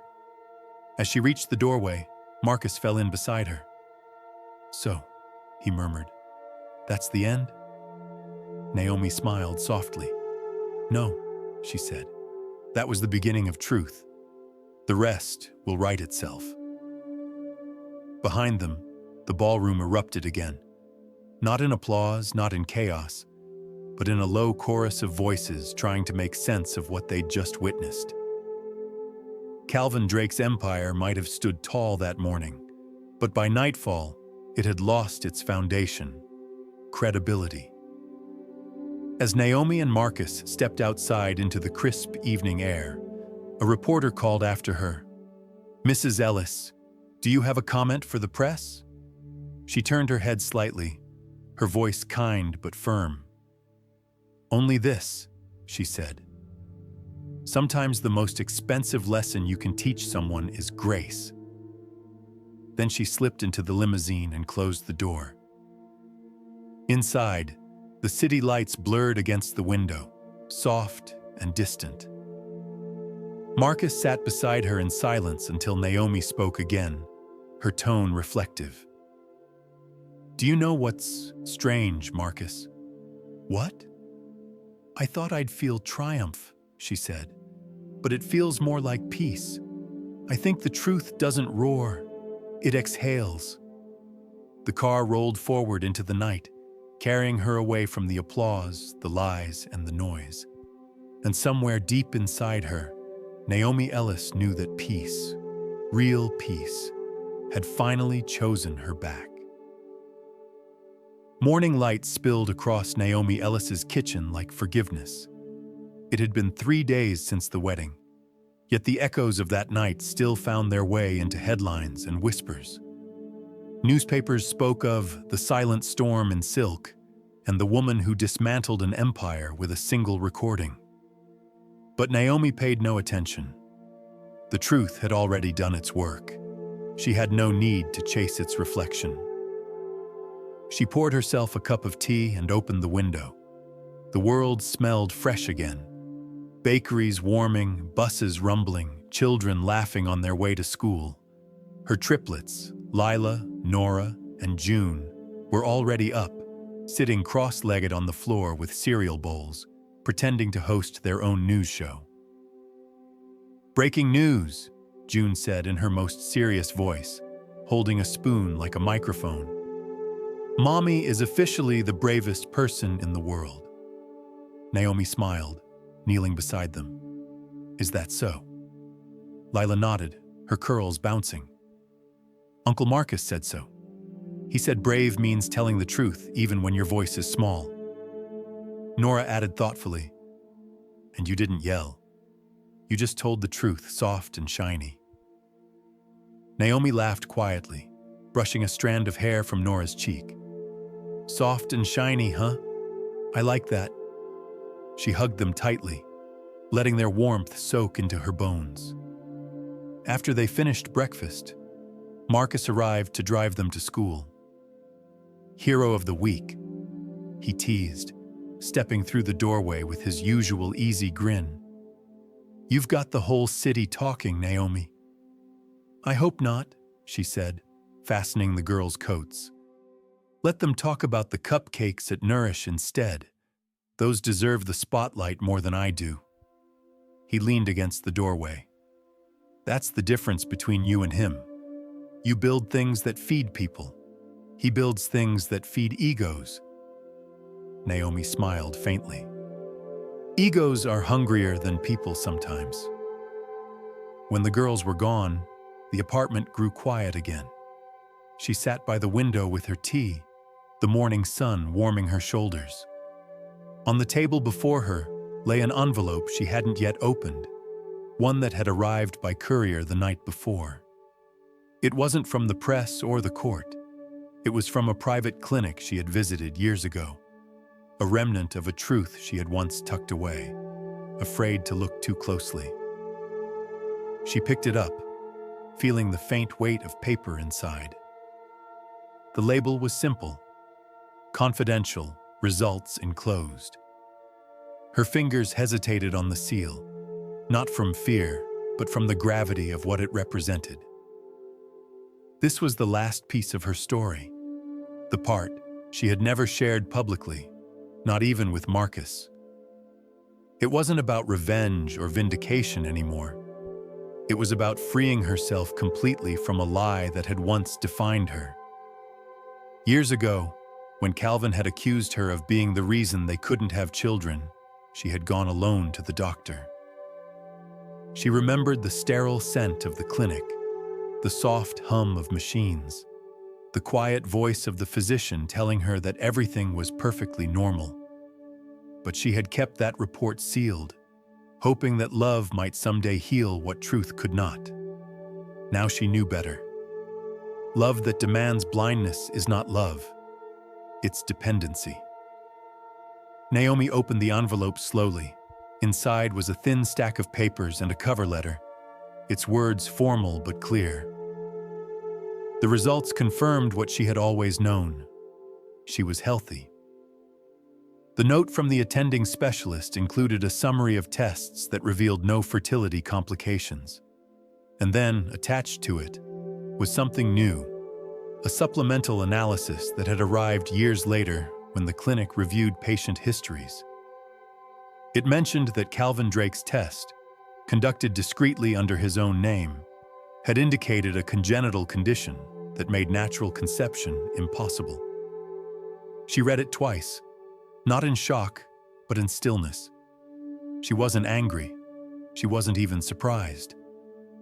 Instead, she felt a deep, quiet sorrow for the years she had carried shame that was never hers to bear. For a long while, she simply sat there, the sunlight creeping across the papers like an absolution. Then she reached for a folder marked Records. Inside were a few neatly arranged documents: the bank transfer receipt, the voice recording backup drive, and now, this medical file. She slid the new papers in beside the others and closed it gently. Later that afternoon, Marcus returned with lunch. "You're quiet today," he said, unpacking sandwiches. Naomi smiled softly. "Just closing a chapter?" He raised an eyebrow. "The court one?" "No, the heart one." She handed him the report. He scanned it quickly, then looked up, his expression shifting from disbelief to sadness. "He knew." Naomi nodded. "He knew. And he let me carry the blame." Marcus shook his head slowly. "Some people spend their lives trying to be seen. You spent yours trying to see everyone else." She leaned back in her chair, exhaling. Maybe that's why peace feels strange. It's so quiet when the noise is finally gone. He looked at her carefully. "What are you going to do with this?" "I'm not going to hide it," she said. "But I'm not going to weaponize it either. It's not about exposing him anymore. It's about reclaiming what's mine. The truth, the dignity, and the right to define my own story." Marcus smiled. "You know, Naomi, you make justice sound like art." She laughed softly. "Maybe it is. The art of balance, of knowing when enough has truly been said." As the sun began to set, Naomi walked to her desk and took out a smaller envelope. On it, she wrote Calvin's name in clean, even letters. Inside, she placed a single photocopy of the medical results with a handwritten note that read, "This was never about children. It was about honesty. May you finally learn the difference." She sealed it and handed it to Marcus. "Can you drop this off at his office tomorrow?" He nodded. "You sure you want to give him this?" "Yes," she said, "because I want to end it with truth, not silence." That night, as she prepared for bed, Naomi stood by the window again. The city below sparkled with its endless pulse of light and movement. Somewhere out there, Calvin would open that envelope, and the foundation of his arrogance would tremble, not from revenge, but from recognition. She whispered to the night, "May the truth set us both free." In the stillness, her own reflection in the glass smiled back. A woman who had once been called barren, standing now surrounded by light, life, and her 3 daughters' laughter echoing down the hallway. Naomi Ellis finally understood. Vindication was loud, but freedom was quiet. A week after she mailed the envelope, Naomi Ellis stood at the front of Nourish Home Bakery as sunlight spilled across the display windows. Outside, the line of customers stretched down the block. Inside, the air was warm and alive with the smell of sugar, coffee, and cinnamon. She moved through the shop like calm water, greeting employees by name, checking trays, offering a quiet nod here, a gentle encouragement there. It had been 7 years since she baked her first loaf in a small rented kitchen with borrowed equipment. Now, Nourish had become more than a business. It was a community. 200 women worked across its branches in 3 states, each with their own story of starting over. Many were single mothers, survivors, or dreamers who had been told they didn't have what it took. Naomi never called them staff. She called them family. At the register, a teenage girl with nervous hands dropped a tray of muffins. Naomi knelt to help her pick them up. "It's all right," she said kindly. "You can't make something sweet without a few crumbs." The girl laughed through her embarrassment. "Thanks, Ms. Ellis." "Call me Naomi," she said, smiling.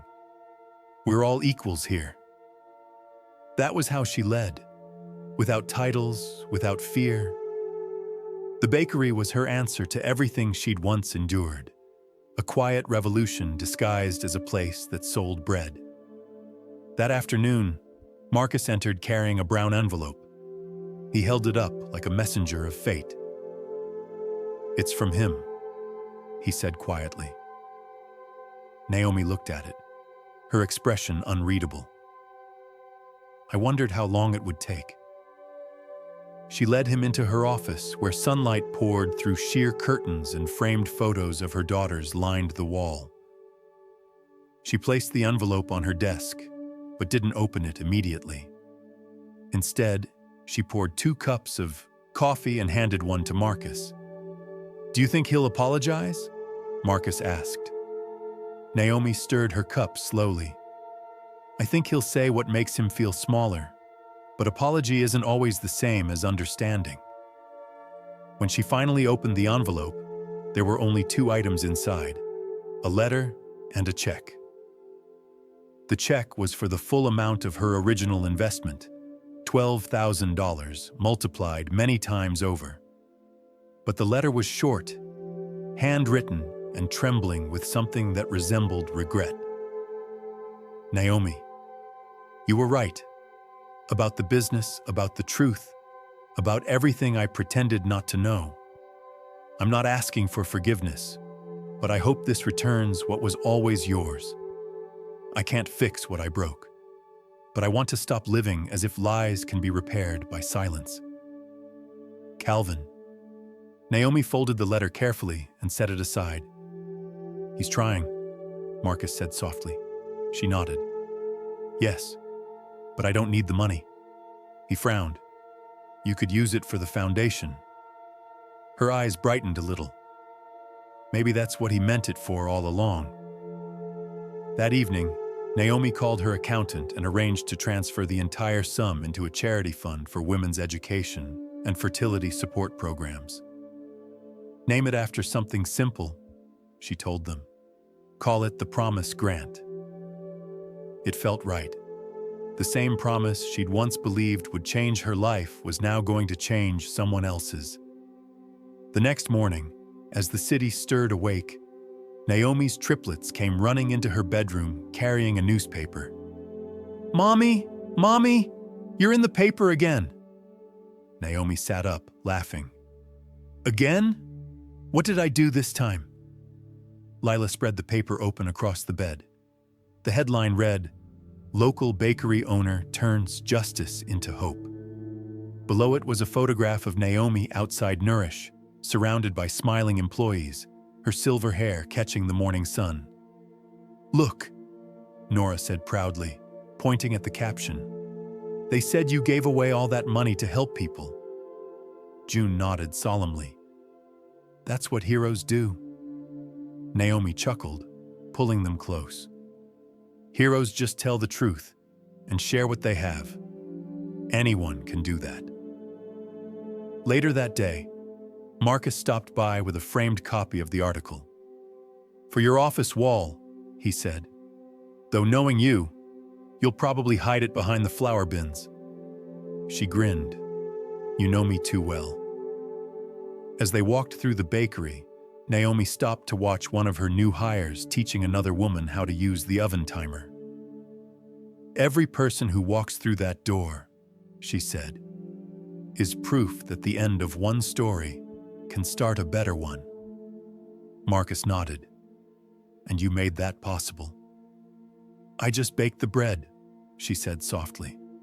"They brought the hunger to learn," he smiled. "You always turn everything into poetry." Naomi laughed, brushing flour from her hands.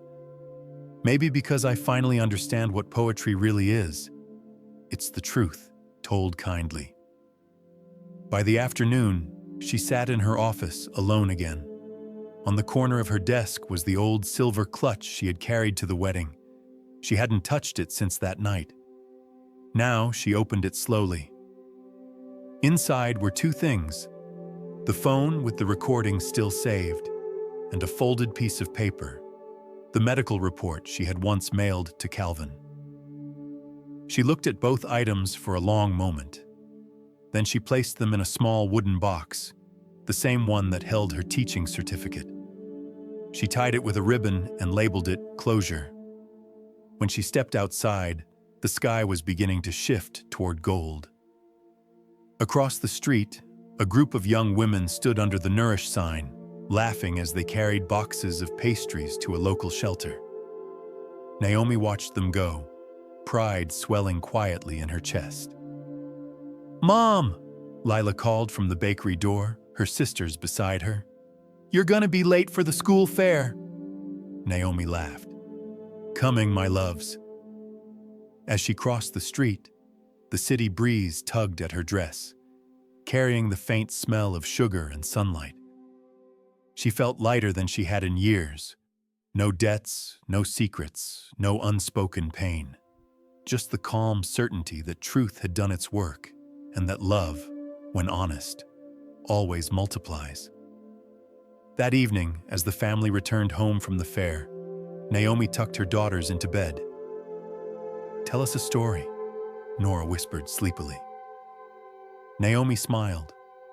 "Once upon a time, there was a woman who thought her story was over, but it turned out she was only on the last page of the wrong chapter." "What happened next?" June asked, eyes half closed. "She started a new one," Naomi said, "and this time she made sure her name was written on every page." The girls drifted off, their breathing soft and even. Naomi sat for a moment longer, brushing a strand of hair from June's forehead. Then she whispered, "You are my answered prayer." Outside, the lights of the city shimmered, the same way the chandeliers once had, but now the glow felt gentler, earned. Naomi Ellis had walked through humiliation and betrayal and found something far greater on the other side: the quiet triumph of integrity. And as she turned off the light, her reflection in the window seemed to whisper back, "This is peace. This is what it means to win without noise." The morning after the wedding broke clear and quiet, but the peace did not last. Within hours, the city's news feeds were flashing with headlines. The story had already escaped the walls of the Vermont Regency ballroom and was now rippling through the internet like a dropped stone in still water.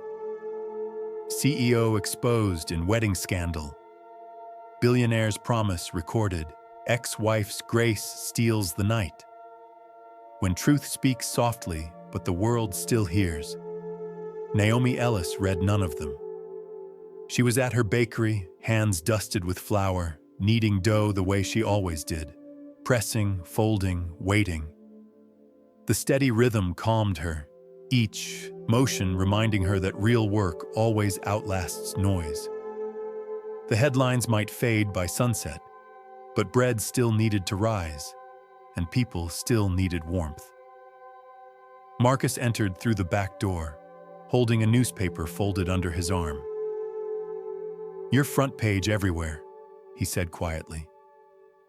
Naomi smiled without looking up.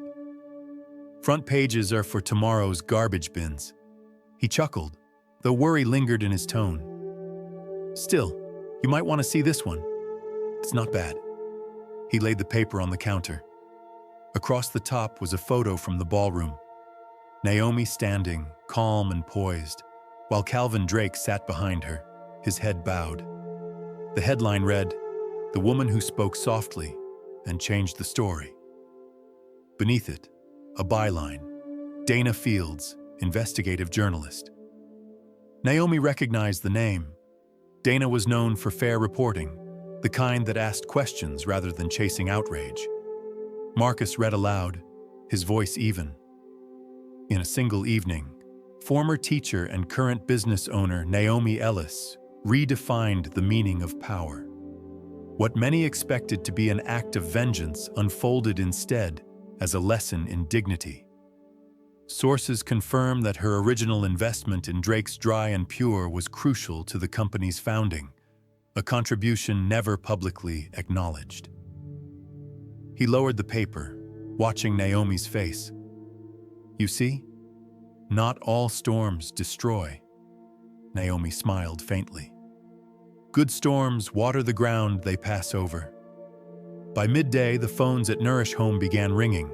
Some were reporters seeking interviews. Others were women who simply wanted to say thank you. Thank you for standing tall. Thank you for reminding them that silence isn't the same as peace. Naomi listened kindly, but refused all media requests. "The story is already told," she said each time. "Let it rest." Meanwhile, in another part of the city, Calvin sat in his office surrounded by silence that felt heavier than shame. The blinds were closed, the phone unanswered. His publicist's messages flashed on his screen, urgent, pleading, but he couldn't bring himself to read them. His empire, once spotless, now carried a stain that no amount of spin could wash out. Investors wanted explanations. Clients were withdrawing contracts. Across town, Sienna Moore walked out of their penthouse with her suitcase. The tabloids caught a photo of her leaving, sunglasses shielding her tears. The caption read, "Sienna files for divorce, an empire built on a lie." That afternoon, Naomi received an email from Dana Fields herself. The subject line was simple, "Your story matters." The message read, "Dear Mrs. Ellis, thank you for your quiet strength last night. I've covered dozens of corporate scandals, but rarely have I seen truth spoken with such peace. The public deserves to know the difference between exposure and integrity. I hope you don't mind my using your own words as the closing line to my report. Truth doesn't roar. It exhales. With respect, Dana Fields." Naomi read the email twice, then smiled. "It's all right," she murmured. "Let truth breathe however it needs to." That evening, Marcus stopped by again, this time with 3 small visitors in tow. Lila, Nora, and June ran through the bakery with the excitement only children can summon. "Mommy," June said, waving a crumpled newspaper she'd found in Marcus's car. "You're famous." Naomi knelt to their level. "No, sweetheart, I'm just finished." "Finished?" Nora tilted her head. "Like when you take cookies out of the oven?" "Exactly like that," Naomi said, smiling. "The hard part's over. Now we just let life cool down." Marcus laughed softly, watching the exchange. "You realize you're turning your entire scandal into a bedtime story, right?" "That's the only kind worth telling," Naomi replied. Later, after closing time, she and Marcus sat by the window, the city lights painting soft patterns across the floor. The world outside buzzed with gossip, but inside the bakery, time seemed to slow. Marcus broke the silence first. "Do you think he'll ever recover?" Naomi thought for a moment. "From the truth? Eventually. We all do. But not from himself. That's the harder mirror to face." He nodded, understanding. "And you? How are you holding up?" She smiled gently. "I'm lighter. The past finally stopped taking up space in my hands." They sat quietly for a moment, the hum of the refrigerators and the faint scent of fresh bread filling the air. Then Marcus leaned back, his expression turning thoughtful. "It's strange, isn't it? How justice finds its way without you chasing it." Naomi's gaze softened. "That's because justice doesn't always need noise. It just needs persistence. You plant truth in the ground, and eventually, it grows where everyone can see it." Outside, a light drizzle began to fall, tapping against the glass like a soft applause from the universe. The next morning, Naomi woke to a new headline. Dana Fields had published a follow-up article, "What Dignity Looks Like After Damage." The piece described how public sympathy was turning toward Naomi, how women across the country were sharing her story online with the hashtag #TruthExhales. Her bakery's inbox was filled with messages of encouragement, orders doubled, and a letter arrived from a women's advocacy group inviting her to speak at an upcoming conference. Naomi politely declined. "Let the bread speak for me," she wrote back. At the same time, Calvin's company board released a statement announcing a temporary suspension of his duties, pending an internal review. The financial papers called it reputation management. Naomi called it balance. When Marcus told her the news, she nodded thoughtfully. "Every empire has its audit," she said. He chuckled. "You sound like a philosopher." "Just a baker," she replied. "But bakers know what rises too fast can fall just as easily." That night, when the shop finally closed, Naomi stayed behind. She stood in the quiet bakery, looking at the glowing sign reflected in the window. "Nourish Home." She whispered the words aloud, tasting their meaning. It wasn't just the name of her company. It was the answer to everything she'd ever lost. The tabloids could keep their noise. She had her peace, her daughters, her work. And beyond all that, she had something Calvin had never understood: stillness. She turned off the lights one by one, each soft click echoing like punctuation at the end of a long, hard chapter. Outside, the drizzle had stopped. The sky above Los Angeles was clear again. And Naomi Ellis, the woman who once thought the truth might break her, finally walked home under stars that no longer felt out of reach. The world had moved quickly since the night Naomi Ellis spoke her truth. A week after the headlines began to quiet, a new kind of letter arrived. This one printed on formal paper with the heading of a downtown law firm. The tone was measured, polite but heavy with intent. It was from Paul Whitman, counsel representing Sienna Moore. Marcus found it in the morning mail and raised an eyebrow when he handed it to Naomi. "Looks official. Want me to toss it in the not urgent pile?" Naomi smiled faintly. "No, let's see what the universe thinks is urgent today." She broke the seal carefully and unfolded the letter. "Dear Ms. Ellis, our client, Mrs. Sienna Moore Drake, has requested that our office reach out to clarify the nature of your original financial contribution to Drake's Dry and Pure. now Drake Holdings. In light of recent media developments, Mrs. Drake wishes to understand whether that contribution could be classified as an early partnership investment. We request a brief conversation at your earliest convenience. Respectfully, Paul Whitman, Esquern. Naomi read it twice. The language was gentle but precise, the kind that came from someone used to balancing empathy with strategy. She knew what it meant. Sienna's divorce proceedings had begun, and now the lawyers were dissecting every line of Calvin's history, searching for leverage. Marcus watched her expression. "They're digging, huh?" "More like sweeping," Naomi said quietly. "Trying to see where the dust will settle." He crossed his arms. "You don't owe them anything. You already told the truth." "I know," she said, setting the letter down. "But this isn't about owing. It's about closure. If they're asking for facts, I'll give them facts. Properly, through my attorney." Marcus grinned. "I was hoping you'd say that." Naomi opened a drawer and pulled out a neat folder labeled Legal Correspondence. Inside were the copies she'd kept, the bank transfer, the audio transcript, the note of her verbal promise. She didn't need to look at them long. They were more than proof. They were reminders of what she had already survived. She dialed the number of Michelle Grant, a lawyer she'd met through a women's business collective years ago, a woman known not for drama but for integrity. When Michelle answered, her voice was warm and efficient. "Naomi," she said, "I saw the news. I was waiting for your call." Naomi smiled. "You always did read between the lines." "What's the issue?"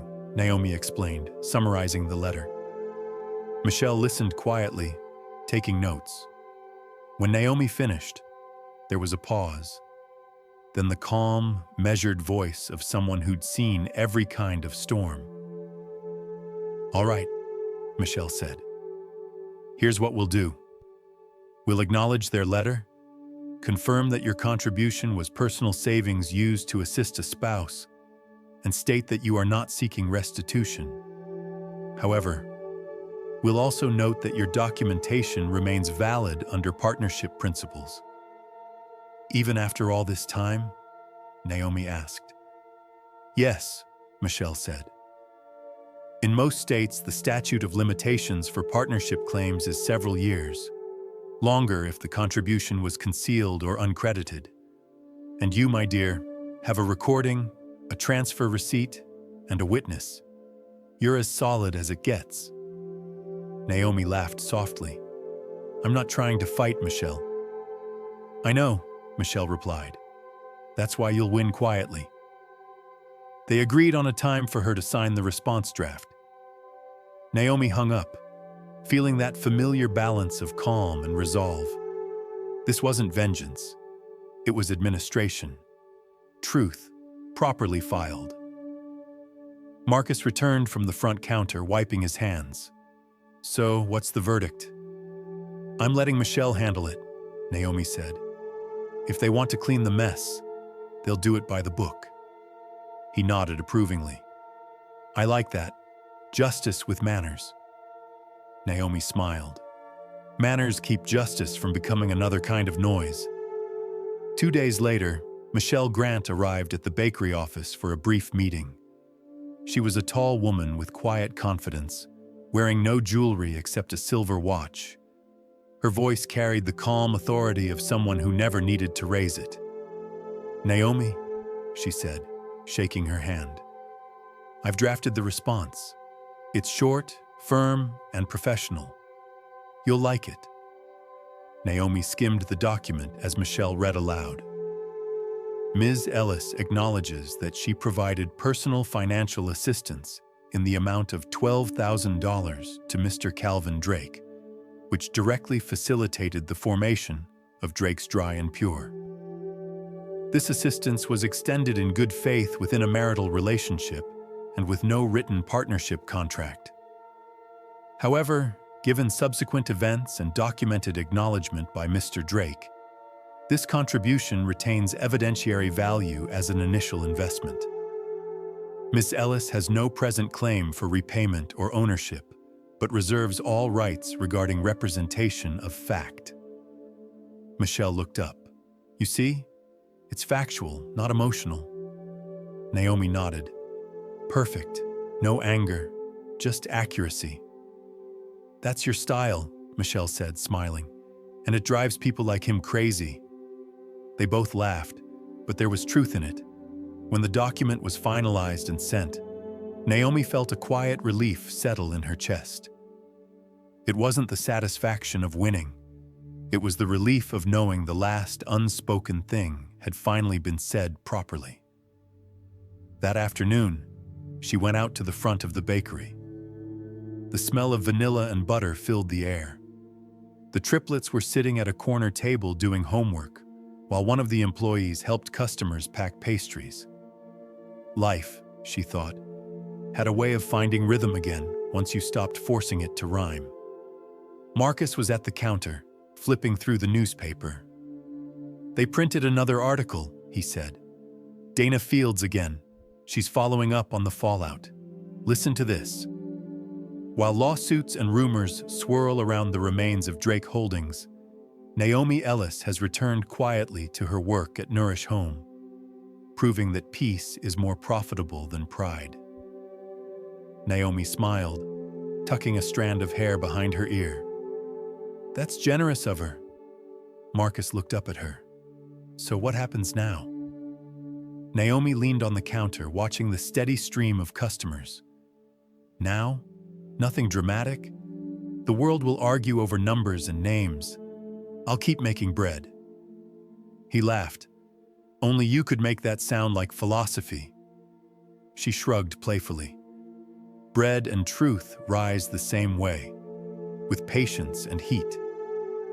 That evening, when the shop closed, Naomi lingered for a while. She looked around the bakery, the quiet ovens, the rows of empty trays, the chalkboard with tomorrow's specials written in her neat handwriting. The world outside might be tangled with lawyers and headlines, but here, everything made sense. She turned off the lights, one by one, humming softly to herself. As she reached the door, she whispered, "Justice doesn't always shout. Sometimes it signs its name neatly at the bottom of a page." And when she stepped into the cool night air, she smiled at the thought that maybe, for the first time in her life, every piece of her story was in the right hands. The courthouse stood quietly at the edge of downtown, a building of pale stone and echoing hallways. Naomi Ellis had walked through many doors in her life. Schools, bakeries, apartments. But this one carried a different kind of silence.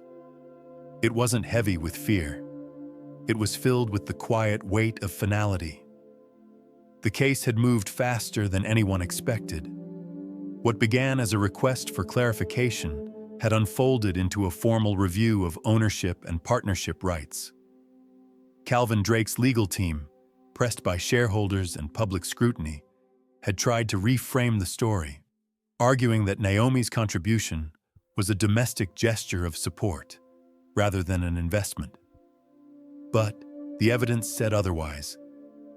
Naomi arrived early that morning with her attorney, Michelle Grant, her calm presence anchoring the air around them. Marcus waited outside with coffee and a nervous smile. "I know you don't need luck," he said, handing her the cup. "But I'm giving you some anyway." Naomi smiled. Luck's just another word for preparation meeting peace. Inside the courtroom, sunlight filtered through tall windows, landing in soft rectangles across the benches. There were no crowds, just a handful of journalists, a few curious onlookers, and the low murmur of lawyers exchanging polite greetings before the session began. When the judge entered, the room rose. Naomi followed the rhythm of the moment without tension. She had already told her truth. The rest was just procedure. Calvin sat at the opposite table, his suit immaculate, his expression unreadable. It was the first time Naomi had seen him since the night of the wedding. He looked older, not in years, but in spirit. The confidence he once wore like armor had dulled. He glanced her way only once, quickly, as though the memory of her gaze was heavier than he could hold. The proceedings began. Michelle stood with quiet authority. "Your Honor," she said, her tone firm but kind, "this case concerns not vengeance but accuracy. My client, Mrs. Ellis, made a verifiable financial contribution that allowed Mr. Drake's company to begin operations. The defense contends that this was a private gesture between spouses. However, the evidence will show otherwise, through financial records, recorded acknowledgement, and consistent behavior establishing partnership." The judge nodded. "Understood. Proceed." Naomi watched, serene. She didn't fidget or whisper. The courtroom's rhythm felt almost familiar, like the patient timing of baking bread, where heat and truth worked together quietly until results spoke for themselves. Calvin's lawyer, a tall man with sharp diction, stood next. "Your Honor," he began, "we do not dispute that Mrs. Ellis provided funds during her marriage to Mr. Drake. However, under marital property principles, that contribution does not constitute an investment. There was no written contract, no shared business registration, and no expectation of profit at the time." Michelle rose again, voice calm but clear. "And yet," she said, "there was acknowledgement, verbal, recorded, and witnessed. Words can bind as much as signatures when intent is proven. My client's contribution wasn't charity, it was partnership." The judge tilted her head. "You have the recording?" "Yes, Your Honor." Naomi's pulse slowed as Michelle placed the small silver drive on the evidence table. The technician pressed a button, and for a moment, the courtroom filled with a familiar sound. Laughter, soft and intimate. Then Calvin's younger voice filled the space. "Whatever I become, it's because of you." The echo was faint, but unmistakable. The sound seemed to pull the air out of the room. Even the court stenographer paused before resuming her typing. Calvin looked down at his hands. His lawyer coughed gently, as if to clear the moment away. "Your Honor, that statement is sentimental, not contractual." Michelle smiled politely. "Words can be both." The judge gave a small nod. "Continue."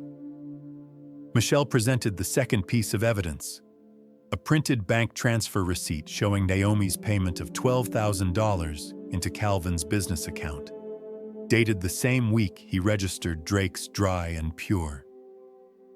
She walked the court through the timeline calmly, every word measured, every fact resting on clarity rather than emotion. When she finished, the judge looked toward Naomi. "Mrs. Ellis, do you wish to make a statement?" Naomi rose. The room seemed to soften around her. "Your Honor," she began, "this was never about money. It was about memory. I gave that money freely, believing we were building something together. I never asked for repayment, and I still don't. But the story of what happened, the story written without me, has affected more than reputation. It's affected truth itself, and truth deserves to be set right." Her voice didn't shake. It carried the quiet conviction of someone who had already done her grieving. Calvin's lawyer objected gently. "Your Honor, we would like to propose a private settlement to close this matter and preserve dignity on both sides." The judge looked toward Naomi. "Mrs. Ellis?" Naomi shook her head slowly. "No settlement. Dignity doesn't come from money. Justice isn't a profit. It's a precedent." Her words hung in the still air. The judge wrote something down without looking up. After a brief recess, the court reconvened. The judge's ruling was concise. The evidence, she said, confirmed that Naomi Ellis had provided the foundational capital for the company. Although no formal contract existed, the verbal acknowledgement and consistent actions established her role as an initial investor. The court ordered that a symbolic portion of the company's assets, calculated as recognition rather than profit, be transferred to her. It wasn't much in monetary terms, but that didn't matter. Symbolism, Naomi knew, could be more powerful than currency. When the session ended, Calvin stood silently as his lawyer packed up documents. He looked at Naomi as though searching for anger. There was none. She met his gaze with quiet compassion. For the first time, he seemed smaller, not because she had defeated him, but because truth no longer needed to argue its place. Outside, Marcus was waiting on the courthouse steps. "How'd it go?" he asked, scanning her face. Naomi smiled, handing him a copy of the ruling. "Peacefully." He glanced at the paper, then back at her. "So you won?" "I was never playing to win," she said softly. "I was just playing to finish." They walked, together through the afternoon light. The courthouse behind them gleamed pale against the sky, a place that had once seemed intimidating but now looked almost gentle. As they reached the car, Naomi paused and looked back one last time. "You know, Marcus," she said, "truth takes its time, but it never forgets the way home." He nodded. "And sometimes it shows up in court wearing your dress." Naomi laughed, shaking her head. "Let's go home. The girls will be waiting." They drove away, the city gliding past in slow frames of color and movement. Naomi rested her hand against the window, watching her reflection blur with the passing streets. She didn't feel victorious, only lighter. Justice, she realized, wasn't about proving who was right. It was about restoring what had been taken from silence. And in that moment, the quiet hum of the car felt like music. 8 months later, Los Angeles had already forgotten most of its scandal. The city was busy again with premieres and product launches, with new names rising to take the space of those who had stumbled. Yet for Naomi Ellis, the months after the hearing unfolded not as noise, but as stillness, the kind that allows something new to grow. She spent those months balancing two worlds, the slow rhythm of Nourish Home Bakery and the quiet hum of legal correspondence that arrived from time to time. Michelle Grant, ever composed, handled each letter with the precision of a gardener trimming unnecessary leaves. "Everything's closing neatly," she would report during their brief check-ins. "No appeals, no complications." Naomi always answered the same way. "Good. Let's keep it gentle." In early spring, the final notice came, a pale envelope marked with the court's seal. Naomi waited until after the bakery closed to open it. The triplets were asleep upstairs in her small apartment above the shop, their laughter still echoing faintly from bedtime stories. She sat at her desk under the warm glow of the lamp, unfolded the papers, and read quietly. The ruling confirmed the symbolic award, a modest share of Drake Holdings' remaining assets and formal acknowledgement of her role as founding investor. It wasn't much by corporate standards, but to Naomi, it was everything. The words on that page restored something far more valuable than wealth. They restored authorship. The next morning, Marcus found her kneading dough before sunrise, as she often did when she needed to think. "You got the verdict," he said, setting 2 mugs of coffee on the counter. Naomi nodded, smiling faintly. "I did. And? It's fair," she said softly. "Clean. Honest." He studied her face. "You look relieved." "I am. I didn't need victory. I just needed verification." Marcus laughed quietly. "You're the only person I know who can make justice sound like poetry." Naomi dusted flour from her hands. "Justice isn't poetry, Marcus. It's the punctuation at the end of a sentence. It doesn't change the story. It just lets you stop rereading the same line." He nodded slowly, letting her words settle like the rising scent of bread. By noon, news of the ruling had reached the press. Dana Fields published one last column. Nourish founder turns justice into hope. Her article described the outcome without sensationalism, closing with the line, "In a world obsessed with winning, Naomi Ellis reminded us that integrity, once spoken, never expires." Messages poured in again, this time not from gossip reporters, but from schools, charities, and small business owners who wanted to learn how to build something meaningful without losing themselves. Naomi answered as many as she could, always with the same tone, humble, warm, and practical. She also received one final letter from Calvin. It arrived without a return address, just her name written in his familiar, careful handwriting. "Naomi, I saw the ruling. You deserve every word of it. I've stepped down from the company. I needed to see what I had become without your reflection, and it wasn't much.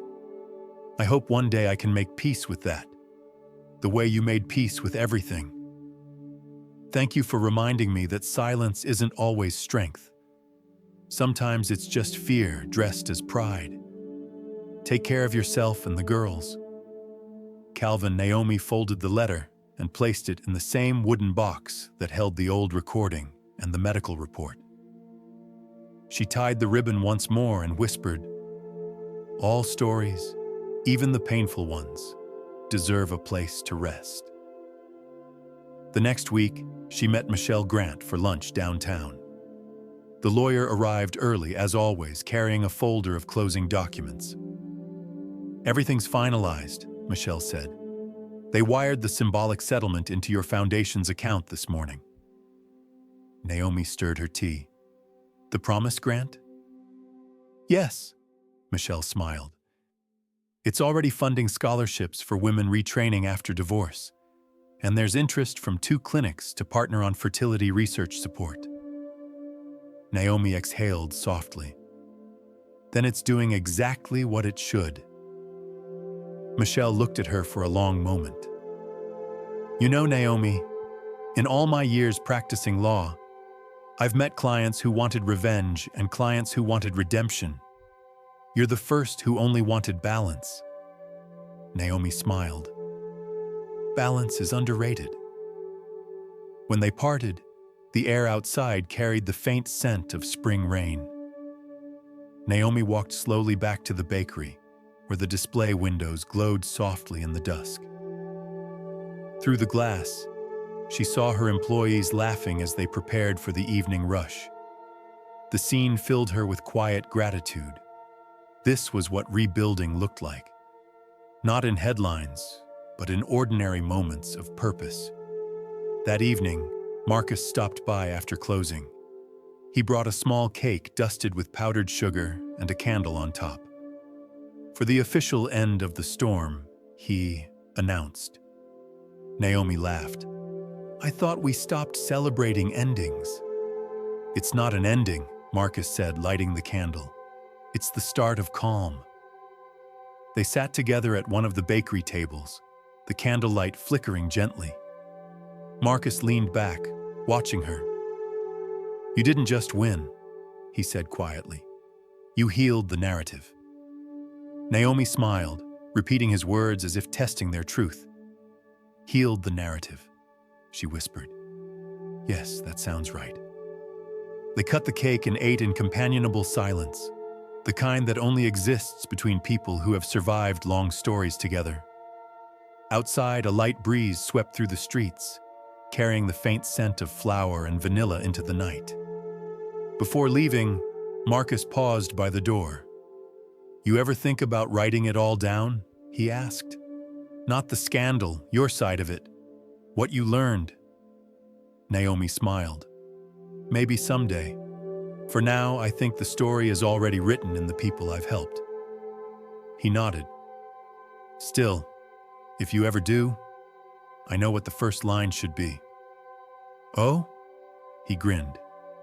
It should say, once upon a time, Truth walked into a ballroom wearing grace. Naomi laughed softly. That sounds like something you'd write. When he left, she stayed behind for a while, looking around the bakery. The lights from the city outside reflected on the glass counters, each reflection soft and imperfect, like the memory of something painful now turned gentle. She wiped the tables, locked the doors, and whispered a quiet prayer of thanks. Not for victory, not for justice, but for the rare mercy of completion. The story that had once consumed her life had finally folded itself into peace. As she turned out the last light and stepped outside, the night air brushed her face cool and kind. Somewhere behind her, the ovens still glowed faintly, keeping warmth alive for morning. And in that glow, Naomi saw her own reflection, not as someone who fought and won, but as someone who endured and restored. In the distance, the sound of city traffic hummed like a lullaby. Naomi smiled to herself and thought, justice doesn't end with a gavel. It ends when you can walk away without bitterness and still bless what broke you. Spring turned into summer, and with it came a soft sense of closure that filled every corner of Naomi Ellis's life. Her Los Angeles apartment, once crowded with memories and late-night thoughts, now looked lighter. The walls seemed to breathe again, free of the old weight that had clung to them for years. Boxes lined the living room floor. Some marked donations, others keep. The triplets, now 7 years old, moved among them like tiny whirlwinds of laughter and tape dispensers. Do we really have to give this away? Nora asked, holding up a plush rabbit missing one ear. Naomi smiled, crouching down beside her. That rabbit's seen more adventures than any toy in this house. I think it's time to share its stories with another child. But it's broken, Lila said. So are most of the best things, Naomi replied gently. That's what makes them kind. The girls exchanged thoughtful looks, then nodded solemnly. It had become their family's quiet philosophy. Everything that survives carries something worth giving. Marcus entered carrying a stack of flattened boxes and a roll of packing paper. The cavalry has arrived, he announced, pretending to salute. Where do you want me? Naomi pointed to the kitchen. Start with the dishes. Anything chipped goes into the donation pile. He grinned. You sure about that? Some of these are basically fossils. They've done their job, she said, taping another box. Time to let them rest. The apartment was a picture of organized chaos. The scent of cardboard mixed with the faint aroma of baked bread from the bakery below. Naomi had decided it was time to return home, to Chicago, where her story had begun long before the noise of Los Angeles. The city had given her new life, yes, but peace, she realized, often blooms where the roots first touched earth. As she packed, the girls' voices filled the room with their usual rhythm of curiosity and wonder. What's Chicago like again? June asked, perched on a half-sealed box. Naomi smiled. Cold in winter, loud with trains, and full of neighbors who say hello even when they're in a hurry. Will we have a yard? A little one, big enough for snow angels. The girls gasped with delight. Real snow. Real snow, Naomi said, laughing. Not the kind that melts before it touches your hand. Marcus leaned against the counter, watching her. You sure about leaving? Yes, she said simply. Los Angeles was the place where I learned who I was again. Chicago is where I'll live it. He nodded, though a faint sadness flickered behind his smile. The bakery won't be the same without you. It'll be better, Naomi said. It doesn't need me hovering anymore. I've trained good hands and good hearts. She meant it. Over the past year, Nourish Home had grown into something self-sustaining. Her managers, most of them women she had mentored, ran the branches with care. The original bakery on Rose Avenue would continue under her guidance remotely, but the soul of it would always stay here, in the laughter of those ovens, in the way the employees called each other family. By evening, most of the boxes were sealed. Naomi wiped her forehead with the back of her hand. I forgot how much work it takes to move a life, she said with a small laugh. Marcus handed her a glass of lemonade. You're not moving your life, he said. You're unpacking your peace. She looked at him, touched. That's beautiful. I might steal that for a book title someday. Consider it my parting gift. As the sun began to set, the apartment glowed with a honey-colored light. Naomi sat with the girls on the floor, surrounded by half-packed boxes and open memories. They took turns reading the labels on each box. Baking tools, family photos, keepsakes, books worth rereading. When they reached the last one, Lila traced the word peace written in Naomi's handwriting. What's in this one, Mommy?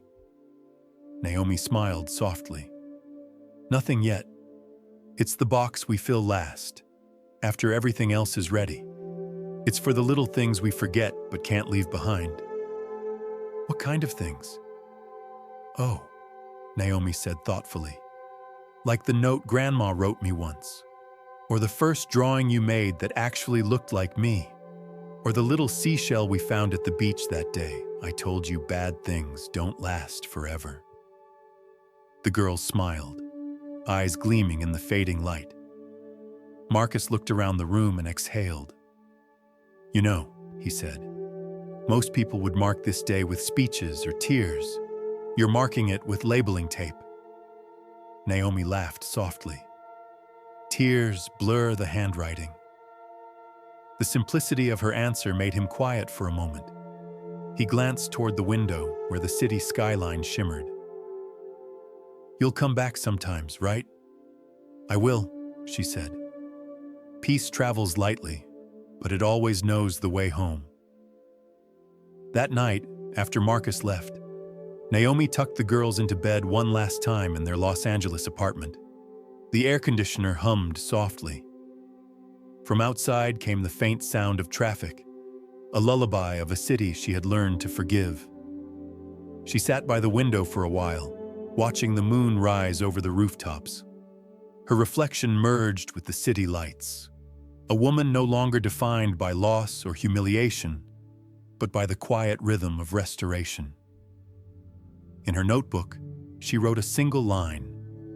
Sometimes the loudest revenge is quiet success. She smiled at the truth of it. Revenge had never been her goal, but success built in peace. That was its own justice. Before going to bed, she opened the box labeled Peace and placed inside a few things. The girls' drawings, a faded recipe card, a photograph of the bakery's first opening day, and a single dried lavender sprig that had once decorated a wedding cake. She paused, holding it between her fingers. It's funny, she whispered to the quiet room, how something can start bitter and end up sweet. The lavender crackled softly as she laid it gently inside the box. When she turned off the light, the apartment settled into calm darkness. Tomorrow would bring movers, travel plans, and the next chapter. But tonight belonged entirely to stillness. As Naomi drifted toward sleep, she heard her daughter's soft breathing from the other room, steady and safe. It was the sound of everything she'd fought for. Peace made visible, love made simple, truth made quiet. And for the first time in years, Naomi Ellis slept without dreams. She didn't need them anymore. Her waking life had finally become enough. The morning of departure arrived with the quiet discipline of endings. The air was cool, soft against the windows, the kind of light that seemed to hesitate before entering the room. Naomi Ellis woke before dawn, her eyes opening to the faint glow of street lamps outside. For a moment she stayed still, listening to the hum of the refrigerator, the occasional car passing below, and the calm breathing of her daughters still asleep in the next room. It was the same sound she had heard for years, yet it felt different now. There was peace in it, not survival. By 6 o'clock, the movers had come and gone, leaving the apartment stripped of everything but the echo of memory. The girls stood at the doorway holding their backpacks, wide-eyed and a little solemn. "Does it feel strange?" Naomi asked softly. June nodded. "It looks like someone else's house." Naomi knelt beside her. "That's how you know it's time to move on." Outside, the car waited to take them to the airport. Marcus stood by the curb, hands in his pockets, trying not to look sentimental. He had promised to manage Nourish Home's West Coast operations, while Naomi reopened the Chicago branch. "You'll call when you land," he said, his voice light but steady. "I will," Naomi replied. The girls hugged him tightly, each one promising to send drawings and letters. "You'll come visit?" Lila asked, peering up at him. "As soon as you're ready for too much snow and bad pizza," he teased. Naomi smiled, watching them. "We'll hold you to that." Before getting into the car, she turned back one last time. The building stood there quietly, the bakery below still dark, its windows reflecting the early sun. Naomi thought of how many nights she had stood in that same spot, afraid, exhausted, uncertain. And yet now, as she looked at it, all she felt was gratitude. "Thank you," she whispered, as if the walls themselves could hear, "for teaching me everything I needed to leave." At the airport, the check-in line moved slowly, but Naomi didn't mind. The girls were full of energy, fascinated by the rolling suitcases and the blinking lights that marked their gate. "It's like a movie," Nora said, pressing her face against the glass. "In a way," Naomi replied. "Only this time, we get to write the ending ourselves." Once aboard the plane, the hum of the engines created a lullaby of its own. The girls settled into their seats beside her, passing headphones back and forth, whispering about clouds and the shapes they might take. Naomi gazed out the window as the city below began to shrink. Los Angeles glimmered beneath a thin haze, sprawling and distant, until it was nothing more than a memory of lights and movement. She closed her eyes briefly, offering a silent farewell. The city had broken her once, but it had also remade her. And sometimes, she realized, it takes the same place to do both. As the plane climbed, the world outside became a soft blur of white. The girls leaned their heads on her shoulders, one on each side, the smallest tucked against her arm. Naomi rested her hand on their hair, feeling the rhythm of their breathing slow into sleep. For the first time in years, she allowed herself to be still, to think not about what came next, but about what had already found its peace. From the overhead compartment, she pulled out a small notebook. It was the same one she'd used throughout the last year, a quiet companion of thoughts too delicate for conversation. She turned to a fresh page and began to write, her pen gliding softly across the paper. "Dear woman I once was, You were braver than you knew and quieter than you should have been. I forgive you for both. You carried more than love. You carried belief, and that belief built more than a marriage or a business. It built the woman writing to you now. You thought dignity was silence. You thought peace meant staying small. But you learned. You learned that peace isn't the absence of noise. It's the presence of truth. You learned that dignity is not what others grant. It's what you keep, even when the world forgets your name. I promise to honor you by living fully. Not in fear, not in bitterness, but in gratitude. For everything we lost, we found something softer, something real. And in the end, you were never alone. You just hadn't met yourself yet. She paused, then added one last line. You can rest now. I'll take it from here. Naomi closed the notebook and set it in the seat pocket, not as something to keep, but as something to release. The act felt simple, almost ceremonial, like whispering a prayer to the clouds. The cabin lights dimmed. Outside the window, the horizon stretched endless and blue. Somewhere below, mountains gave way to fields, and fields to rivers. Each shape blurred into the next, like the merging of past and future. A flight attendant paused beside her. Everything okay, ma'am? Naomi smiled. Everything's finally okay. The woman nodded with a knowing look, as if she had seen 1,000 quiet rebirths at 30,000 feet. Hours passed gently. The plane glided through calm air, the hum steady and reassuring. Naomi drifted in and out of light sleep, her dreams more like memories, soft scenes of laughter, fresh bread, her daughters' voices echoing through open windows. When she awoke, the captain's voice came over the intercom. Ladies and gentlemen, we'll be descending into Chicago shortly. Current temperature is 42 degrees, and there's a light snowfall waiting to welcome you. Naomi looked out the window. Below, the world had turned white. Snow drifted like feathers over rooftops, catching the pale morning light. She smiled softly, whispering to herself, home. The girls stirred, rubbing their eyes, peering through the glass with wide wonder. It's snowing, Lila said, her voice full of awe. Naomi laughed quietly. I told you so. As the plane descended, she reached for their hands. The moment felt sacred in its simplicity, the kind of stillness people chase their whole lives without realizing it begins in the heart. When the wheels touched down, the cabin filled with the soft applause of passengers. Naomi joined them silently, her fingers still holding her daughters.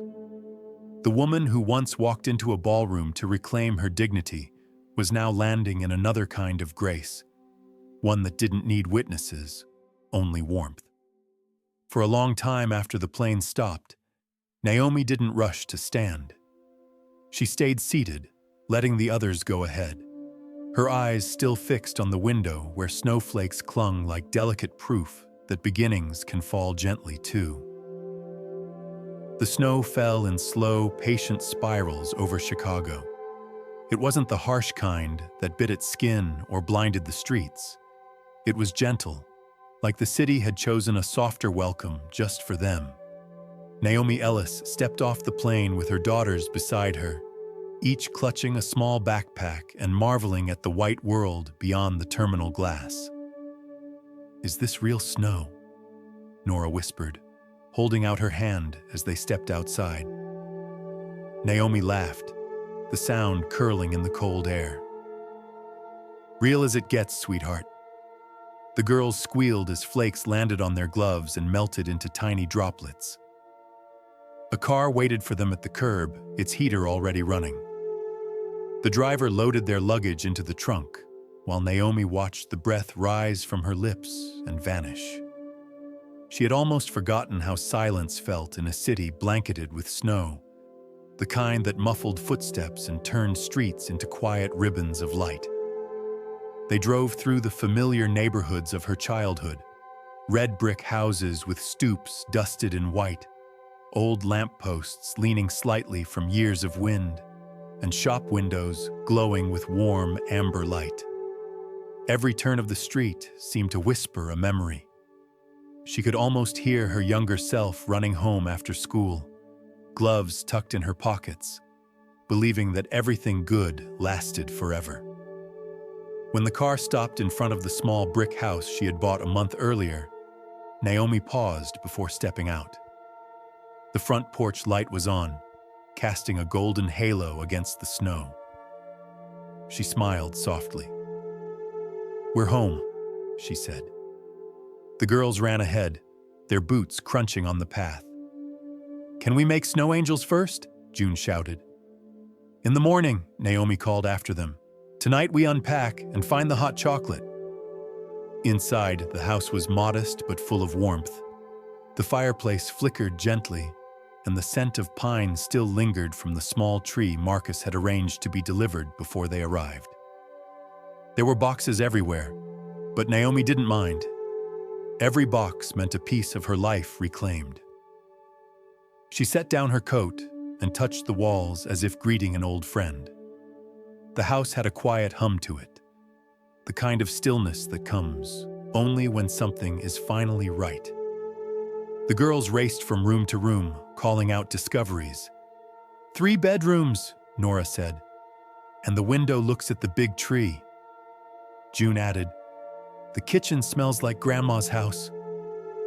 Naomi smiled, remembering the scent of her mother's kitchen. Bread rising, cinnamon cooling, the quiet rhythm of home. By evening, the fireplace glowed brighter. Naomi unpacked a few essentials: mugs, a kettle, a tin of cocoa. As she stirred the chocolate, she watched the snow through the window, soft flakes gathering on the fence. The girls sat on the floor in their pajamas, sipping from their mugs. Lila leaned her head on Naomi's shoulder. "It feels different here," she murmured. Naomi brushed a hand through her daughter's hair. "That's what peace feels like." After tucking them into their new beds, Naomi wandered back into the living room. The boxes waited patiently, but one caught her eye, the one labeled peace. She carried it to the fireplace, sat on the rug, and untied the ribbon. Inside were all the small things she'd chosen to bring from Los Angeles. The lavender sprig, the old photograph of the bakery's first day, her daughter's drawings, and the folded note she had written to her younger self on the plane. She took it out and read it again, the paper soft at the edges now. "You were braver than you knew and quieter than you should have been. I forgive you for both." Her eyes glistened, not from sadness, but from understanding. She folded the note once more and placed it back into the box, whispering, "You can rest now." The next morning, light spilled through the curtains in gold streaks. Naomi woke to the sound of laughter outside. She wrapped a shawl around her shoulders and stepped onto the porch. The girls were in the yard, rolling snow into lopsided shapes. "We're making the first Chicago snow family," Nora shouted. Naomi laughed. "Save a spot for me?" She joined them, her boots sinking into the snow. The air was cold and clear, and every breath she took seemed to carry years of weight away. Together they built 3 uneven snow figures, each wearing one of the girls' hats. When they finished, the triplets stood proudly in front of their creation. "Look," June said. "It's us." Naomi smiled. "It's perfect." From across the street, a woman waved. "Morning, neighbor," she called. "Welcome to the block. I'm Mrs. Ortega from next door." Naomi returned the wave. "Good morning. We just arrived yesterday." "Well," the woman said cheerfully, "you picked the best house on the street. I can already smell cocoa from here." Naomi laughed. "Come by later. I'll make more." The neighbor nodded and disappeared back into her warm kitchen. The girls ran inside to escape the cold, leaving Naomi alone for a moment on the porch. She looked up at the wide Chicago sky, pale blue against the soft drift of snowflakes. Peace, she thought, was not a sudden gift. It was something you earned in tiny moments, like kneading dough or teaching forgiveness. That afternoon, she hung the last picture in their living room, a photo of her 3 daughters standing in front of Nourish Home Bakery. Next to it, she placed another frame, the same one that had once hung in her office, now holding a new image. Her bakery staff, smiling, flour on their cheeks, beneath the sign that read, "We rise together." She stepped back to look at the wall and nodded to herself. Everything belonged. As the day faded into dusk, Naomi lit the fireplace again. The girls gathered around her on the couch, wrapped in a blanket, their faces lit by the amber glow. Outside, snow fell steadily. Inside, time seemed to slow to the rhythm of breathing and warmth. "Tell us a story," Nora said. "Not about the bakery, about you." Naomi smiled softly. "All right," she said, her voice low and calm. "Once upon a time, there was a woman who thought her story had ended, but she learned that endings are just places where the quiet begins." The girls listened, eyes heavy with sleep. Naomi continued, her voice almost a whisper. She learned that truth doesn't have to roar, and that peace doesn't mean silence. It means knowing you survived what tried to break you. And when she finally came home, the world was still and kind and full of light. When her daughters drifted off, Naomi looked toward the window again.